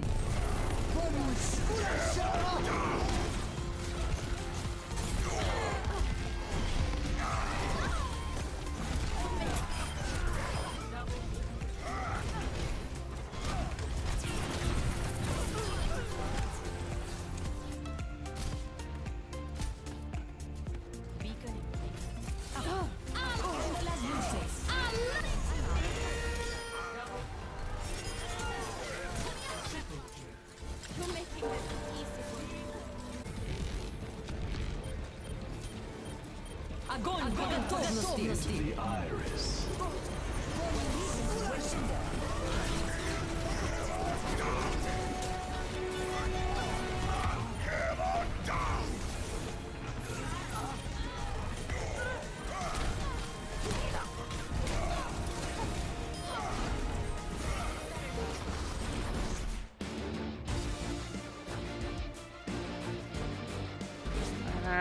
Welcome back, ladies and gentlemen, from the halftime show. We're going to be getting into the third map now. Thanks. You really wound your way into that one. What are you looking at? Welcome back. We'll get there. I'm still working on my similar. It's getting better and better every day. Your Matt though is still My Matt, Mr. X impression. so good, so good. Well, you know else top tier? Dynamite segue. New York Excelsior are playing really, really well today. They just haven't figured out. Like, the Sombras, the meta is working out for them. I believe they're still playing the same lineup here. Just doesn't even need to look at the screen to be good. He Welcome back. with his mind. Welcome back. Also, Jonex Ana has been really good. I think we had some stats of like when they run this Ana composition, they win like 71, 72% of fights. I think it was. Yeah. So, yeah. That is the face of a man who is bored of hitting sleeps. Did they forget their jerseys with the names on them? I was going to make a joke about it being SVP, but then Jonak always plays, so I mean, it's not like he misplaced his jersey. Well, we're going to Nubani next. And it just reminds me, like, Puckett always forgets his access card. Like, he has like a stack of visitor tags. It's like the one thing you need to bring to work. Low, Literally the one thing you need to bring to work. Like, they clothe us, they put makeup, everything is easy. You just need to bring your access card. Puckett not great at it. He's the guy who's going to lose his keys and wallet, essentially everything as soon as he steps out. Well, NYXL are going to run a scouting Sombra here. Actually, even speed boosting it out. So, I don't think this is going to surprise anybody. Well. Mano's Wrecking Ball can be very good environmentally up here. You know also really good? Reinhardt, very good on this map as well as he makes the late switch. No, he's going back. He's going back. We got Libero on Pharah now. All right. Nene on the Widow. All right, this is where it starts to get fun. I'm in. This is going to be sick. Yes. All about it. You can run Pharah on the first point. Yeah. Always fun to watch. Libero, definitely a Pharah that you don't want to mess with. I mean, New York is one of these teams that's so dominant in the game right now that they can actually just practice in real time here. Like, maybe they're running scrims of this, maybe they just want to try it in a game scenario. And you know how dominant you just were in Volskaya. You probably feel very confident you can beat Paris eventually. Gotta hit shots, though. Oh, yeah, you gotta hit some shots here, Nene. That's kind of part of the gig. Nice hack. Cruz is super low. Nice. That double. That's so perfect. And if you're Paris, I mean, how often are you scrimming against this these days? That's so frustrating for Paris as well. It's just perfect. It's flawless. They lose one. Animo goes down, but the point is already run. Jonak is still here, so everybody's going to get topped up. Yep, all good for them. See what switches happen here. A lot of teams will switch off of this after first point. It is kind of a hybrid specialty to run a damage composition to take point, and then you switch into a tank-heavy composition to push the actual payload. Zabiobi is sitting behind him. He knows exactly where they are and what they're running, and he's got EMP ready to go. Paris wants to fight this. Yeah, they want to get in here. They're going to go for the wrap, but there's the EMP. No fun allowed. You're going to take a nap. Fedbest immediately put down. Danye hanging on by a thread himself. Going to get topped up by the looks of things, but it's not going to be for long. The rest of his team are all going to die horrible deaths, and it's going to be New York just, well, pounding him through. Libero right on the edge. They're almost died late, but it doesn't matter. They're going to get a lot of really good push here. We talk about Sombra being this EMP machine and hacks being important. I think we still overlook just how important it is to always know where the other team is, to always have this scouting information. Being invisible, you know that they're going to come in on that side angle, so no one's caught out of position. You're not eating unnecessary fire strikes from that position or anything. so valuable that she's able to communicate with her team, and I think Sabiobi's really excelling in this role. Yeah, he's definitely come into his own. I mean, the guy was a Tracer ace. The guy, he's going to be able to pull this off. Attempted sleep there from Jonak, doesn't quite pan out. I mean, Paris Eternal are going to throw down, and they're going to try and make something happen, but we're going to get the boost onto Mono. He's going to go swinging in, and he's got the shatter. Connect with that Grey, instantly picked off. We could lose Danye here as well. Mono is just going to work, but the sound barrier is there, and this may be a one fight here for Paris. Yeah, it most definitely is. It was a very nice defensive shatter to be able to clean that up. And I think they end up using EMP in that fight as well. Sabiobi trying to charge it back up now. Paris committed a lot, but they had to. They're, those feel bad. That's brutal. Those feel bad. Where you're just like somehow a Rhine target across the map, just this heat-seeking missile that you have no idea how you got charged. Well, just think about it for a second. You just smushed a grandma into the payload. I mean, what kind of a horrible person are you, Benbest? I mean, a monster. Yeah, it all kind of falls apart when you take a look at it. Mono is very, very low. Gets healed up, and now the team's just kind of rocking back and forth here. Benzi versus Nene is the battle you want to watch here. Oh, buddy. Yep, going for the wrap. Diva's been spotted, but that's it. D-Matrix gets used, instantly throws down the grab. Nice defensive self-destruct, not going to make it easy here for New York Excel to take advantage of that grab. Nene getting focused, and Nene goes down. SBB as well, and the New York Excel are getting pounded. Paris Eternal putting up a defense. The one criticism I have of Sabiobi's Sombra, and it seems like this is something that's just going to come with more comfort, more time, is that he seems like he's translocating very far away. When he gets pressured out, he's not back in the fight in any sort of reasonable time frame.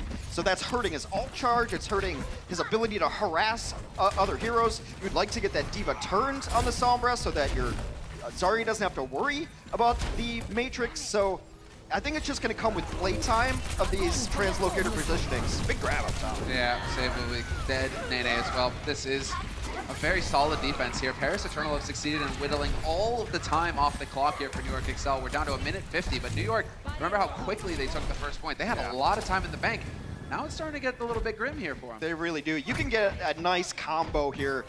And Overwatch, especially lately, is so much about comboing your ultimates in a reasonable manner. Of course, Grav self-destruct was the flavor in Season 1, or Stage 1 rather. We've got EMP Shatter coming up. And that's about as good as it gets for a Reinhardt, knowing there's nothing in your way. And these supports have to play so far back. I still feel he's too far away sometimes. He is really in the back line there. Gets instantly picked by Grey as well, but looking for a little bit of progress. They are really well split up. Paris Eternal know what the name of the game is here. They know that they should not be too stacked together because New York are looking for that EMP. Let's see if SBB can pull it off, though, as the shatter goes off. Libro's going to find Nico to kick things off. Mono just Hail Marys his shatter. Yeah, they didn't EMP, but support ultimate has been used. Cruz still has this, but Cruz is so low. Oh, Benbest. Swung at, and that is it. They are going to finally crack the defense. New York Excel picking up 2 points on Numbani, setting themselves up for a push on the third. 2 minutes on the clock. Yeah, the Sombra just makes playing support impossible because you have to play away from your team so that you don't get EMP and you can save them. But then the problem is you're away from your team, and so you can't use ultimates in a timely fashion to save teammates that you'd be used to. Everyone is kind of readjusting their positioning. EMP Grav can also be a very, very good ultimate here. Sabiobi's been able to hold this EMP very well. Look at this harass. It's all over Cruz. Oh man, that's so brutal because Cruz had the sound barrier. He had the one defensive ult that's online to save his team. It's so brutal. It couldn't have been a better pick. Right now, New York are starting to find their stride. Lots of progress going to get made here towards that third point of the payload. 1.5 minutes on the clock here for New York Excel. EMP's still up. They still have EMPs. Had it the last 2 fights and they haven't had to use it. Nothing great to combo with just yet, but Mono can get Shatter here again. But these individual hacks have been so good. Perfect positioning as well, right over the top. Sound Barrier's going to come out here from Cruz. He gets to be the hero, but now you're going to have Nico silenced, and he's going to go down. Boom! Follow up on Danye as well. New York Excel just pushing right on through the defense. It doesn't feel like there's a whole lot that Paris can hope to do. Benzi attempting to self-destruct, and that takes him off of the payload. So no contest, and a 3-point lead picked up here for New York. Well, as teams try to adjust to the Sombra meta, it's been rough for almost all supports and techs. We'll take the other side of this map right when we return. Coca-Cola is the official refreshment of the Overwatch League.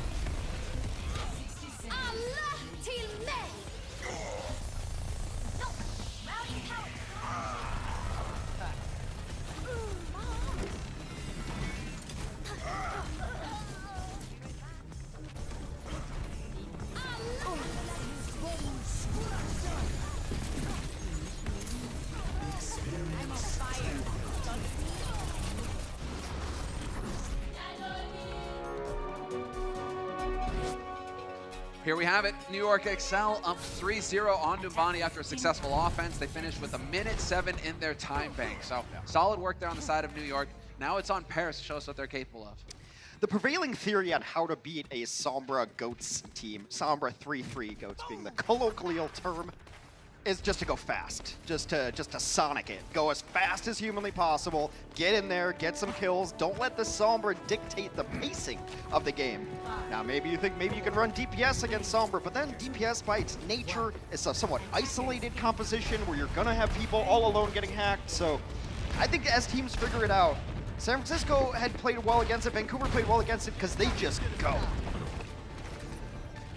See where the switches come in? Yeah, they're just going to go for wholesale switches. I mean, yeah, it's going to be standard as standard could be. Ryan with the Diva on Finzi. Not a mirror, though. We have 8 different heroes in this.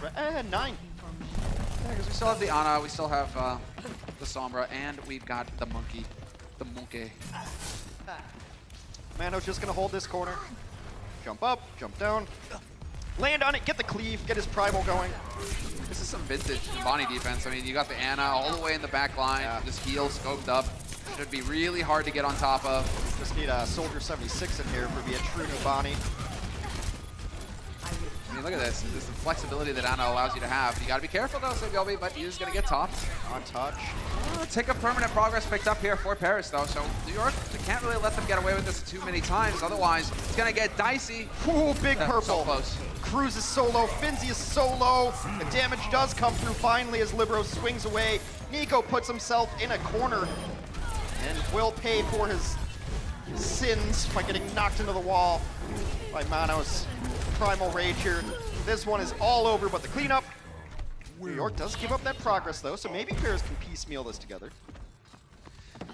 It's possible. They've still got the EMP though, so it could very well be a no fun allowed situation going into the next fight. Grab, also ready. Grab, rally. Yeah. So this is Paris have got their work cut out for them. Should try and get in here and bait. Yeah, you need to put pressure on Jonak at some point, right? You can't just let him sit back and Ana and do infinite healing. Oh wow. They go. That was a go. That was a go from SBB. It's a big purple. The anti-heal hits 3, but no cleanup there. I would have liked to let him come in a little more, I think. I feel like Paris were able to use the architecture for their advantage there. They just backed out of that fight, right? Okay, EMP is gone. That was the perfect bait. Now we got to see. Nene's got the grab. He's still alive here. See if he can find the room here to use it because he's going to lose some teammates in the meantime. Libero and Animo gone, and that is going to be it. Oh, wow, Nene throwing in the grab. Interesting decision. Well, in the industry, we say that's ambitious. An ambitious Graviton Surge comes out late in that fight. Said interesting. Yeah, interesting, ambitious. Euphemisms, they're so It was a really good grab early from Danye, though, too. He had 2 isolated healers together, and he just throws it in there, gets those 2 down, and the rest of the team can't come support in time. Gets 2 opening kills onto a support line. That's enormous. So as good as Danye's was, or was that Finzi with the heal? I don't know, they've been switching a lot. So, speaking of the devil, Danye is going to move over to Sombra. Yeah. Now we've got a very close spear. Ben Best is going to be a huge advantage in ultimate. That was the interesting thing, a little bit of a play there from Jonak. He went back to Zen thinking perhaps that the Diva was still going to be in play. As soon as he figured out the Sombra was here, right back onto Ana. So those nades still going to be effective. SBB somehow survives. Bonkers. Unreal. How does he live through that? The bubble support coming in from Nene, so clutch. And the heals as well. And just isolating Ben Best yet again. And you see this style from New York. When they want to commit, they really go at these fights. So even on defense, they're dictating the pacing of this game. Speaking of dictating pacing, how about holding right outside the spawn? Now it's time to hold a little bit corner. Sabiobi is nearing the EMP though. So when they peek out here, I'm guessing we're going to see a Sabiobi classic translocator over the top into the home team. You can do it, Hex. It just makes me laugh. I find it funny. Oh, this is perfect. Oh, perfect. Everybody's going to be going for... they have a bit of a rough time here, Paris.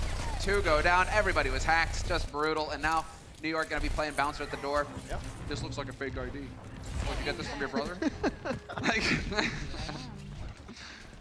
I think he's getting better at using these translocates. He realized you don't have to throw it into the team, and that sometimes if you get in trouble, it's nice to be able to leave once you've EMP'd a team. Of course, ideally, you want to stick around and contribute damage. Speaking of contributing damage, Danye at 95%.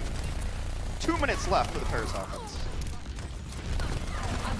Well, grabs all over the place. We got no self-destruct, but we got an EMP, but then there's a huge nade that goes down on 4 of the Paris Eternal, really putting the pressure on, but not enough here. New York Excel going to have to give ground as they lose mono. The EMP was just too much to handle. As a split retreat, too, they both kind of separated. Both halves of New York went different ways, and that's a very easy situation for a team to capitalize on when the team puts themselves a little bit apart from each other. No support for Mono, he gets taken down. They did have to use EMP, did Paris. So I'm trying to figure out their win condition for this next fight. Shatter v Shatter, let's get some good old-fashioned Rhine games going. Very curious, or you're probably gonna get the boost going on to Mono. Jonak so quick at charging it. This could be the main fight. Mono's got that Shatter. Boosted Shatter could be a whole lot of fun. Mono's just gonna go into it. He gets laid out for a nap immediately. Ben Best, though, not gonna be able to get the charge follow-up, and the sound barrier goes down here for New York Excel, trading 1 for 1. We've lost the Rhine for Paris Eternal, though, so that's not gonna help things here as far as the push is concerned. And we are down to a minute on the clock, Hex. Yeah, you've got to back out now. You don't want to take a poor fight in this situation where you only have 1 fight left. You'd like to stall as much and let Finzi get in here. Maybe get a Graviton during this fight. Still Chaos and Sapiobi just ever lurking with the ultimate. Hey, look at that. Yeah, that's the Sapiobi we know and love. That's the SBB. Right in, no worries. Careful. Mono, that was cutting it close. 30 seconds on the clock now for Paris Eternal. Danye will have the counter EMP going in, so that is going to be the win condition here for Paris Eternal. They need a monster EMP. They've got Finzi with the grab as well, so they could set it up just the same way as they did last time. EMP grab, you want to see tank ultimates from New York here used probably defensively. If they get grabbed, I would not be surprised to see both a Shatter and a grab come out for them. No reason to really hold on to this if you think you're in a winning position. But they might just get EMP before it even can happen. Grab. Gonna come through. Shatter onto Danye. Danye's been having not the best of times on the Sombras when he needs to get those EMPs off. He gets dominated. Mono still surviving somehow. Eventually gets focused down, but you'll lose Finzi in the meantime on the side of Paris. Ben Best not long for this world. He's going to get deleted.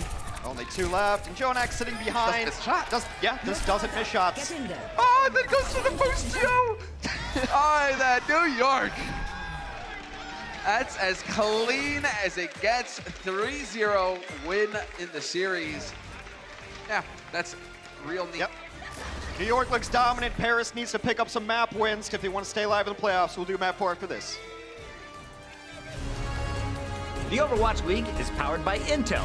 Game, record, stream without compromise on Intel Core i7. And by Omen by HP, the official PC and display of the Overwatch League.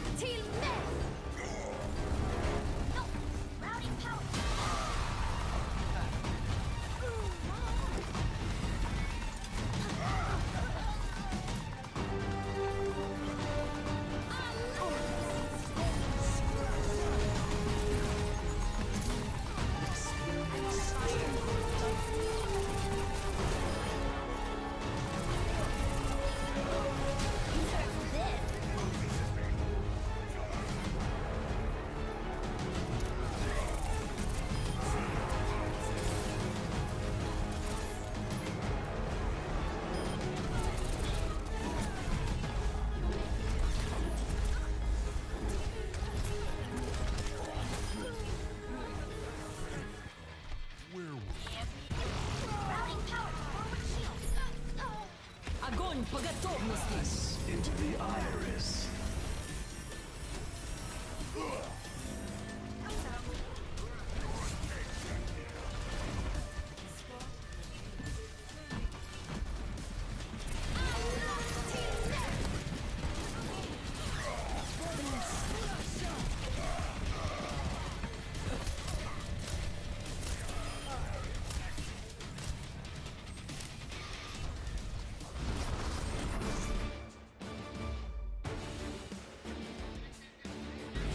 New York, they got the job done, Hex. They got the job done.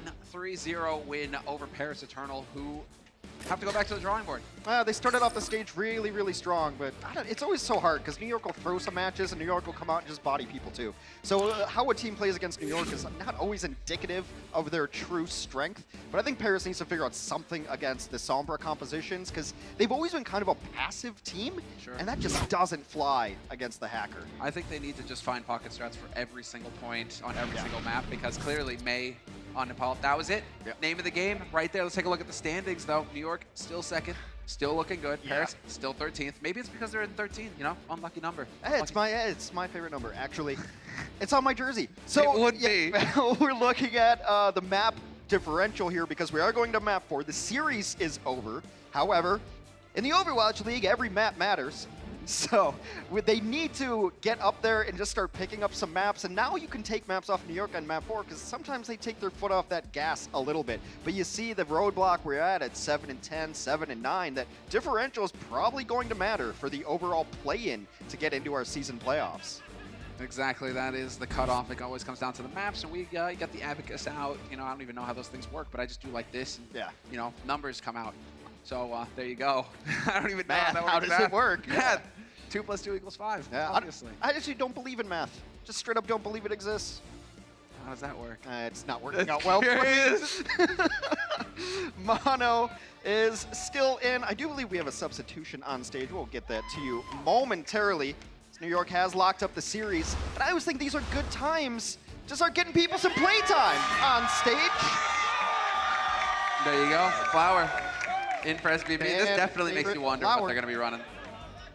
Widow? You know? Yeah, Maybe we can get some of that, you know? Get some of that vintage. Really made his name at the World Cup. Changed his name a couple times and changed back to Flower as well. But yeah, I think it's a perfect time. Series is won. New York, they don't really care about the map differential. And also, Flower's still a really good player. You're not losing a whole lot by putting Flower in here. So it's going to be interesting to see what he plays. Well, this is how it works, too. You know, this is how you get your players some confidence. Put them up against Paris Cam ever. Against, exactly, beaten opponents. They're not going to put up much of a fight. You're going to get a bunch of good feel-good moments, some confidence-building shots in there. Good thing for New York right now. They can take advantage of it and get Flower up on that stage. Yeah, you just got to get on stage. You got a decent arena here today, so any nerves, although I think Flower has played on big enough stages that he doesn't really have nerves coming out there, but always good to get guys playtime. Also keeps morale up. If you're just barely scrimming and you're not part of the team's plans, you start to feel a little isolated. Exactly. They start to pine off in the corner, and then, you know, then it's just it's brutal. Just see them all, it's like a tailspin hack. Real rough, real rough. Yeah, but they've had some new looks today, and I think this is really important for New York to just keep trying new looks. You want to be versatile. New York was very predictable last year. How's New York going to play? They're going to chill and wait for Jonak to kill some stuff. Now they're still kind of a defensive-ish team, but they've got different wrinkles in their strategies. Well, they'll start being more aggressive. And now they're running this Sombra. They've got different, you know, it's not just that plain old New York all day, all the time. But Mono, I picked him as MVP before the season started. I don't know why people are not back in this train. New York's not as good without the consistent god-tier play of Mono up front on the line. Yeah, that's pretty one-sided. Well, just like, even in terms of healing, it seems like, yes, you are even in terms of healing. Mono does a lot more damage. Yeah, and he rides the edge so much closer than I think a lot of other main tanks. I mean, there's obviously a lot of god-tier main tanks in the Overwatch League, but Mono will get down to 100. He's got complete faith in his team that he knows when he can swing, does so much damage, gets all those shatters up, and that was such a clutch shatter at the end to prevent the EMP as well. It's just those big brain plays that start separating the very, very top. Yeah, I mean, you know, this is Ben Best, the guy he was crushing face. Ben Bested. Against, exactly. Just got mauled. But we're going into the last map now. Dorado will be the 4th and final map of this series. 3-0 win so far for the New York. Let's see if they can get the clean sweep. A nice 4-0. I really want to see what New York's going to run. It's been such a long time since I've seen Flower play. It's going to be Sombra. Yeah, I mean, it definitely could be. I just want to see him play Widow. Well, yeah, I think that's what everybody wants to see. Jonak is just being, you know, Jonak right now. He's like, haha, you want to play Widow? I'll lock in Widow first. What are you going to do now, son? You can't always get what you want. You try sometimes. Get what you need. All right, so there's your map records. Excelsior 2-1 on this map. Paris actually undefeated on Dorado at 3-0. Straight up payload map. No need to unlock anything. Cart sits right outside the gate. You push it towards the end, and you try not to die. but I thought Mecha was going to be coming back in because this has always been a map where you kind of need dive tanks. Jonek actually on the Widow. He's going to switch. Can we trade now? No, Flower's already out here. Just go back to the spawn, Flower. Select a hero that you can click heads with, and let's have some fun. Well, they do have a Hanzo too. This is interesting. Let Libero play some heroes that he can shoot stuff on. It works. You can still have Libero. Libero can still get a bit of time to shine here. He's going to be going for it. Hanzo, like it. Paris giving ground right now. Danye not doing the best job so far picking up that EMP. He needs to kind of pick up the pace because Flower's going to start getting into the back line and farming. Well, neither have really put up a great fight there. Way to get out of that, though. Almost like if you get hacked, you're in a lot of trouble as Sombra. It's only worse if you get hacked as a Tracer. Still, the poke war commences. Both teams not committing. Storm Arrow's a good ability. Crack shields pretty well. Yeah, just melts them. And, well, speaking of it, Nico overwhelmed. Ben Best going to be the next to fall. And now the rest of Paris Eternal, they're just YOLOing in. They're trying to go down as fast as possible so they can get back to spawn and get back in as a team together. So quick progress being made now. 2 minutes 45 on the clock for New York XL, and they should be picking up the first point. Danya kind of hanging out on the fringes. Yeah, they simply just pressured the shield a little better. They have a composition that's going to be really good at shield pressure. You're saving that Hanzo ability mostly just to crack shields, and then it starts cracking. He's got to put it down. Maybe a lucky volley of an arrow. But yeah, right now New York unstopped. No one died for New York in that last fight either. You're right. 5-0 so far in terms of kills. New York Flower is working his way up towards the EMP. Gonna be looking to keep an eye on that one. Libero still having funsies over here. Actually gets to try it with the arrows. Gets a body shot. Mono gonna get boosted. Flower goes down, but still Mono could be looking to find a target to play with. Throws the shatter out there, and that's not gonna work. I don't think he even got anything there. So now they're gonna have to retreat, but you can do one of my favorite combos in the game. It's a three-parter, which is why you don't see it very often. EMP, Grav, Dragon. No, Hex, you go Dragon first, and then everybody dies. Clearly that's how this is supposed to work. They saved EMP too. That's the horn, that's the team kill, everybody did. I'm gonna try to hit in spawns here. That Grav Dragon was the meta-defining combo for so long. And you're either going to force out ultimates or you're going to get a ton of kills. It's just so much sustained damage with that dragon coming through. It's been nice to see Libero out of brick jail. Yeah, exactly. Just getting put those mechanicals, the mechanical skill to work. Nice hack. Hey, midair takes Danye out anyway. Thank you, Danye. It's a great hack though. Got 4. Jonek will fall. Still winnable here. I don't know if you commit EMP, but you can. They're getting progress also. Yeah, they're still exactly. This whole time, Paris are not able to contest the cart. Libero finally gonna get taken out. That's gonna benefit the defense, but then the EMP over the top. Sound barrier in to save things, though. Cruz is gonna be the hero here. Nice play by Cruz. Yep, gets everybody up. So we're trading back and forth right now, Hicks. Yep, Paris will hold here on the cart, but they have to be very careful. Whew, missed that dart. You don't want to get back-capped in this situation. Definitely possible. Now the cart retreats, so they will have a little bit of space in which to operate. Dragon up, Nano up, Grav almost ready as well. That was an interesting EMP from Flower, but this is maybe why you get him some stage time, just so you don't have to even make the call or make decisions later on. You just know that this is when you're going to do it, this is what your team wants you to do. So New York going to rotate around up top, see how they try to initiate this fight. There it is, there's the headshot. Gray finds it, now we're going to get the grab, counter thrown in here by. Oh, are they going to make it work? Finzi connects, but the anti-nade. Mono is so low right there. I mean, Libero's still going to work right now. He's still having fun. Yeah. But the rest of his team can't say the same right now. You're going to lose, Nene. Yeah. He is going to fall. Finzi cleans up. Now they're holding high ground here. Dani is going to have another EMP too. As we fall below the 2-minute mark in the match, New York still attempting to push on offense. Well, Libero was once regarded as the best projection DPS in the world. You forgot about him. He's been projecting whip shots and inspires and mashes. Mace to the face. Stop. That's exactly what it's all about. Jonak.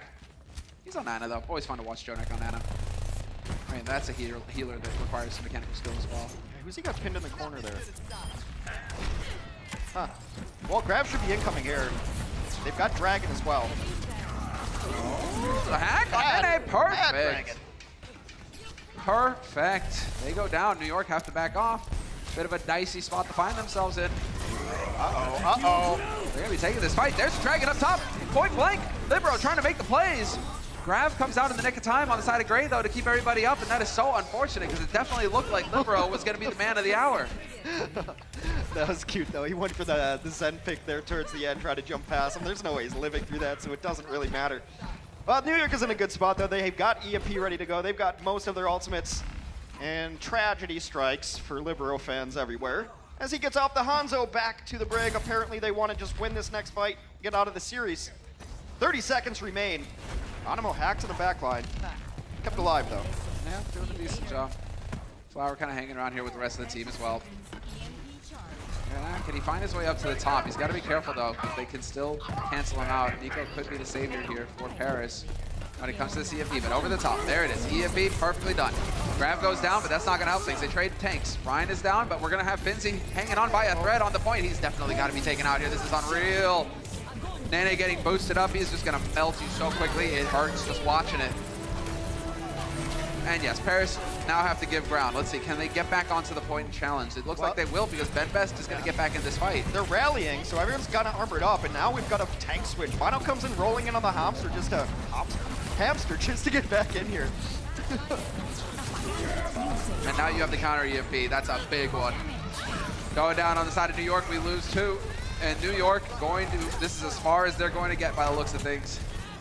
Was not meant to be too much horsing around on their side of things. They are going to get a single point, nearly 2. It's about as even as it goes. 19-19 there. As far as eliminations go, Pair showing some signs of life. New York playing non-ideal strats.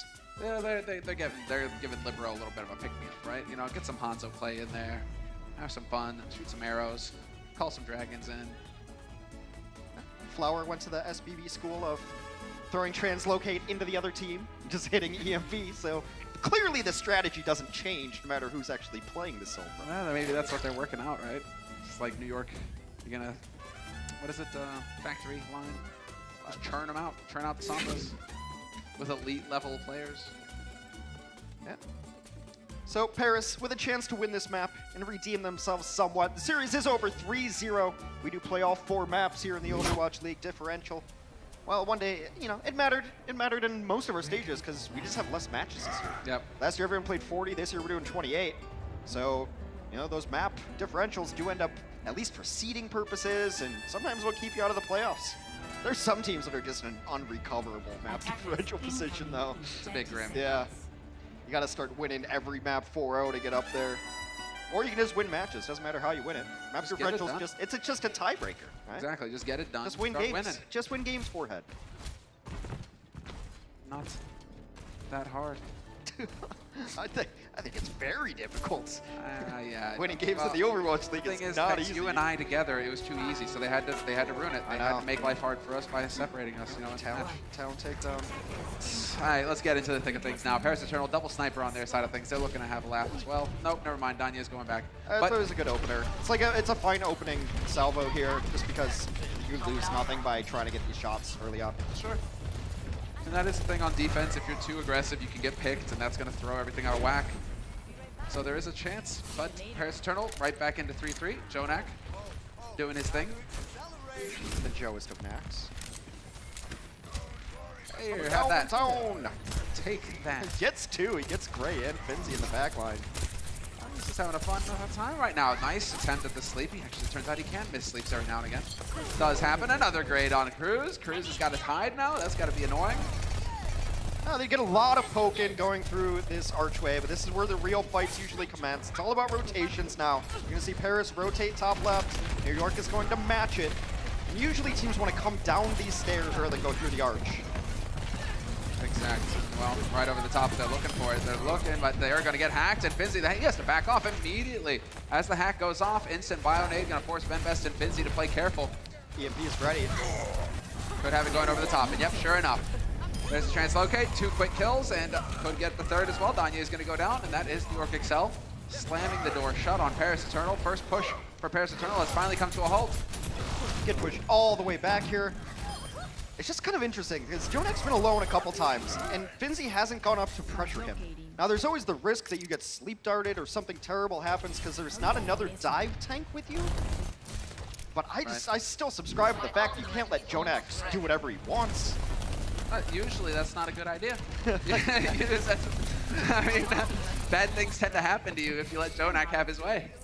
A little surfing there, translocate out, using architecture to get in the position you want. Kind of cool play. Well, second verse, same as the first. Fall below 2 minutes on the Paris offense. Get in there. Nano Rhine. Nano Rhine.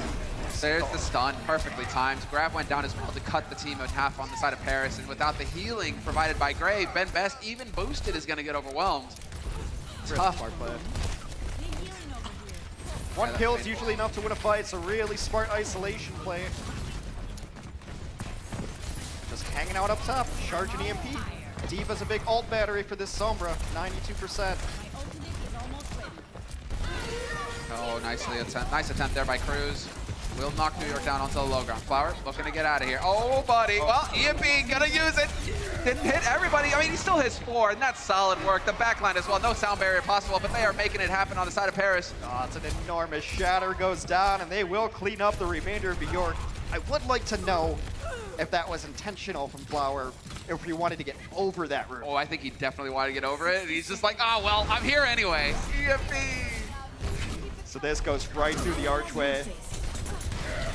Yeah, that's perfect. Yeah, use the cart, it's to your advantage. So you guys are gonna want to punish that EMP. Well, here's a shatter to the face. Tough break there. Could have been a cool reaction play there from Flower. I mean, you flub your translocate, but you still make it happen, but not meant to be. Might as well. Again, it's just such low stakes for New York that it doesn't really matter. They won the series. They're just trying to get Flower some play time, and they'll probably get some VOD review of that. Sound barrier. Gonna keep him up. Oh, Flower though. Yeah, Flower went down early in that fight. Counter grab comes in. Huge damage. Oh, brutal. Nano boosted Ryan is just gonna ruin anybody's day. He's allowed to just swing at you freeform like that. Ugh. Not much left. Yeah, they melted. Absolutely melted. That was the quickest swing through elimination ever. Okay. Well, Paris did get an extension on the clock by getting it to that first checkpoint, so we're about at 2 minutes yet again. And now, I believe they've made a switch. They're going to try a Sombra of their own from Danye. Yeah, we get rid of the D.Va. Finzi's going to be on the Grav, or the Grav machine, I guess. 2 minutes on the clock here for Paris. Zarya is known as the Grav. By no one. By no one. We can make it a thing, Hex, that's the thing. I know. We have the power. Isolated, deleted. Oh man, the bio nades from Jonak are so brutal. That's pretty brutal. It's a big old punctuation point, and I feel less bad about that though, because it's still not like, you know, Anna's, you're smashing like a grandma into the wall, right? Let's not debate the merits of smashing people into walls. EMP is ready for NYXL. Danye, you just saw him get pushed into the wall, so he's a little bit ways away. 90 seconds remain for Paris to try to salvage anything from this match. EMP over the top. All right, don't even have to translocate. Yeah, look at that. Should be easy mode. Just gonna drop out of the sky. He's looking for Cruz. He wants to find him. You can hear him. Does he know? Little does he know. There he is, spotted, but into the safety of the room, and now maybe missed his chance here, Flower. I could hear the rollerblades, just wasn't very confident going in on it. But you hear it right now, 60 seconds remain. Paris, old bevy of ults to use. Fortunately, not the one that really matters in EMP. They need one good fight. They need one good fight to buy time for the EMP to come in on Danye. 75%, and here it is, EMP over the top. Going to be 5 of them sit out of action here for Paris Eternal. Quick reset back to spawn for them. And with 30 seconds on the clock, that should set them up for a final fight where Danye will have the EMP of his own. Yeah, they can get there, but I think we're going to see a defensive grab here. Mono was actually trying to just push Gray and not even kill him with the charge. Just let it expire and stagger him even more. Not going to be the case though. 15 seconds left. This is going to be very difficult positioning as Lucio Taxi had to go all the way back and bring Gray into this fight. Nano Ryan seems like a good idea to me. There we go. There's the grab out in the open. Somebody gonna be able to touch. Yes, Cruz is on point. Cruz is on the payload, so they will have that going. Overtime is now in action. Vincey takes down Nene, and we will have 2 quick kills coming through. Make that 3 and 4. The wipe for Paris Eternal, and they will at least save a bit of their honor at the end. Hex, 3-1, the final score between New York and the Paris Eternal. And they need it sitting at 13 with a bunch of other teams. Those map differentials very likely will come into play. New York brought us out the flower. They will be wilting on map 4. Good for Paris to salvage something, but they don't seem too thrilled about it. They know, but still, a win's a win. Map differential matters, and if it comes down to it, when you're fighting the best of the rest in that sort of scenario, every map counts. So you got one off of New York, good job. It could have just as easily been a 4-0. Yeah. So now Paris, they have to go back to the drawing board. We saw just how, well, deflated they looked, obviously, after the 3rd map. Yeah. That's never fun. No, and, you know, I like that they gutted it out and they did show up to map 4. There's a lot of teams that would have just phoned that one in, but they were still making composition changes. I mean, it's not the greatest thing to say about a team when you get done at the map of like, oh, I like that they tried, right? But they did. They didn't just completely phone it in on map 4. So I think there's some work to be done on this team. I think this is still the roster that you run if you're Paris, but New York is just very, very good. They are indeed, and they will actually have our Open by HP player of the match. They have won, and who's it going to be? It's looking like it's going to be Libero. And yes, we did get to see some of his Got to see some today. Hanzo. Well, we wanted to give him some dap because it's so hard to see very good Brig play. And Libero's just been a quiet storm for this team. You never get the accolades that you should as Brig, but the bashes were really good, and I think that might end up being some of the counterplay we see. Are these Brigs in the right position to deny EMPs? Because we're going to see a whole lot more Sombra as the stage goes on. Yeah, he just made life so difficult for Danye all day long. So congrats to Libero. Some solid Brigida play, bit of the healing, bit of the damage. Yeah, we decided we wanted Libero before we even played Hanzo. So yes, our bias is towards the Bowman, but we thought he was just playing really well, just in good position to really ruin Danye's day. Exactly, and that's key when you're able to shut down the opponent's Sombra. The opposing Sombra, yeah. Whatever. I mean, the fact that Libero was able to perform today. New York, well-deserved victory for them. Paris, once again, back to the drawing board. We'll see what they're capable of the next time that they play on the main stage. But we have a match coming up next year in the Overwatch League, and it is going to be the Toronto Defiant versus the London Spitfire. You'll remember the last time London Spitfire played, we saw them, get absolutely destroyed by New York. So which London's going to show up today, Hex? Always the question, Semler. Which London's going to show up today? We're going to find out right after this. The Overwatch League is brought to you by T-Mobile, now connecting 99% of Overwatch League fans. Catch your league on America's network, T-Mobile.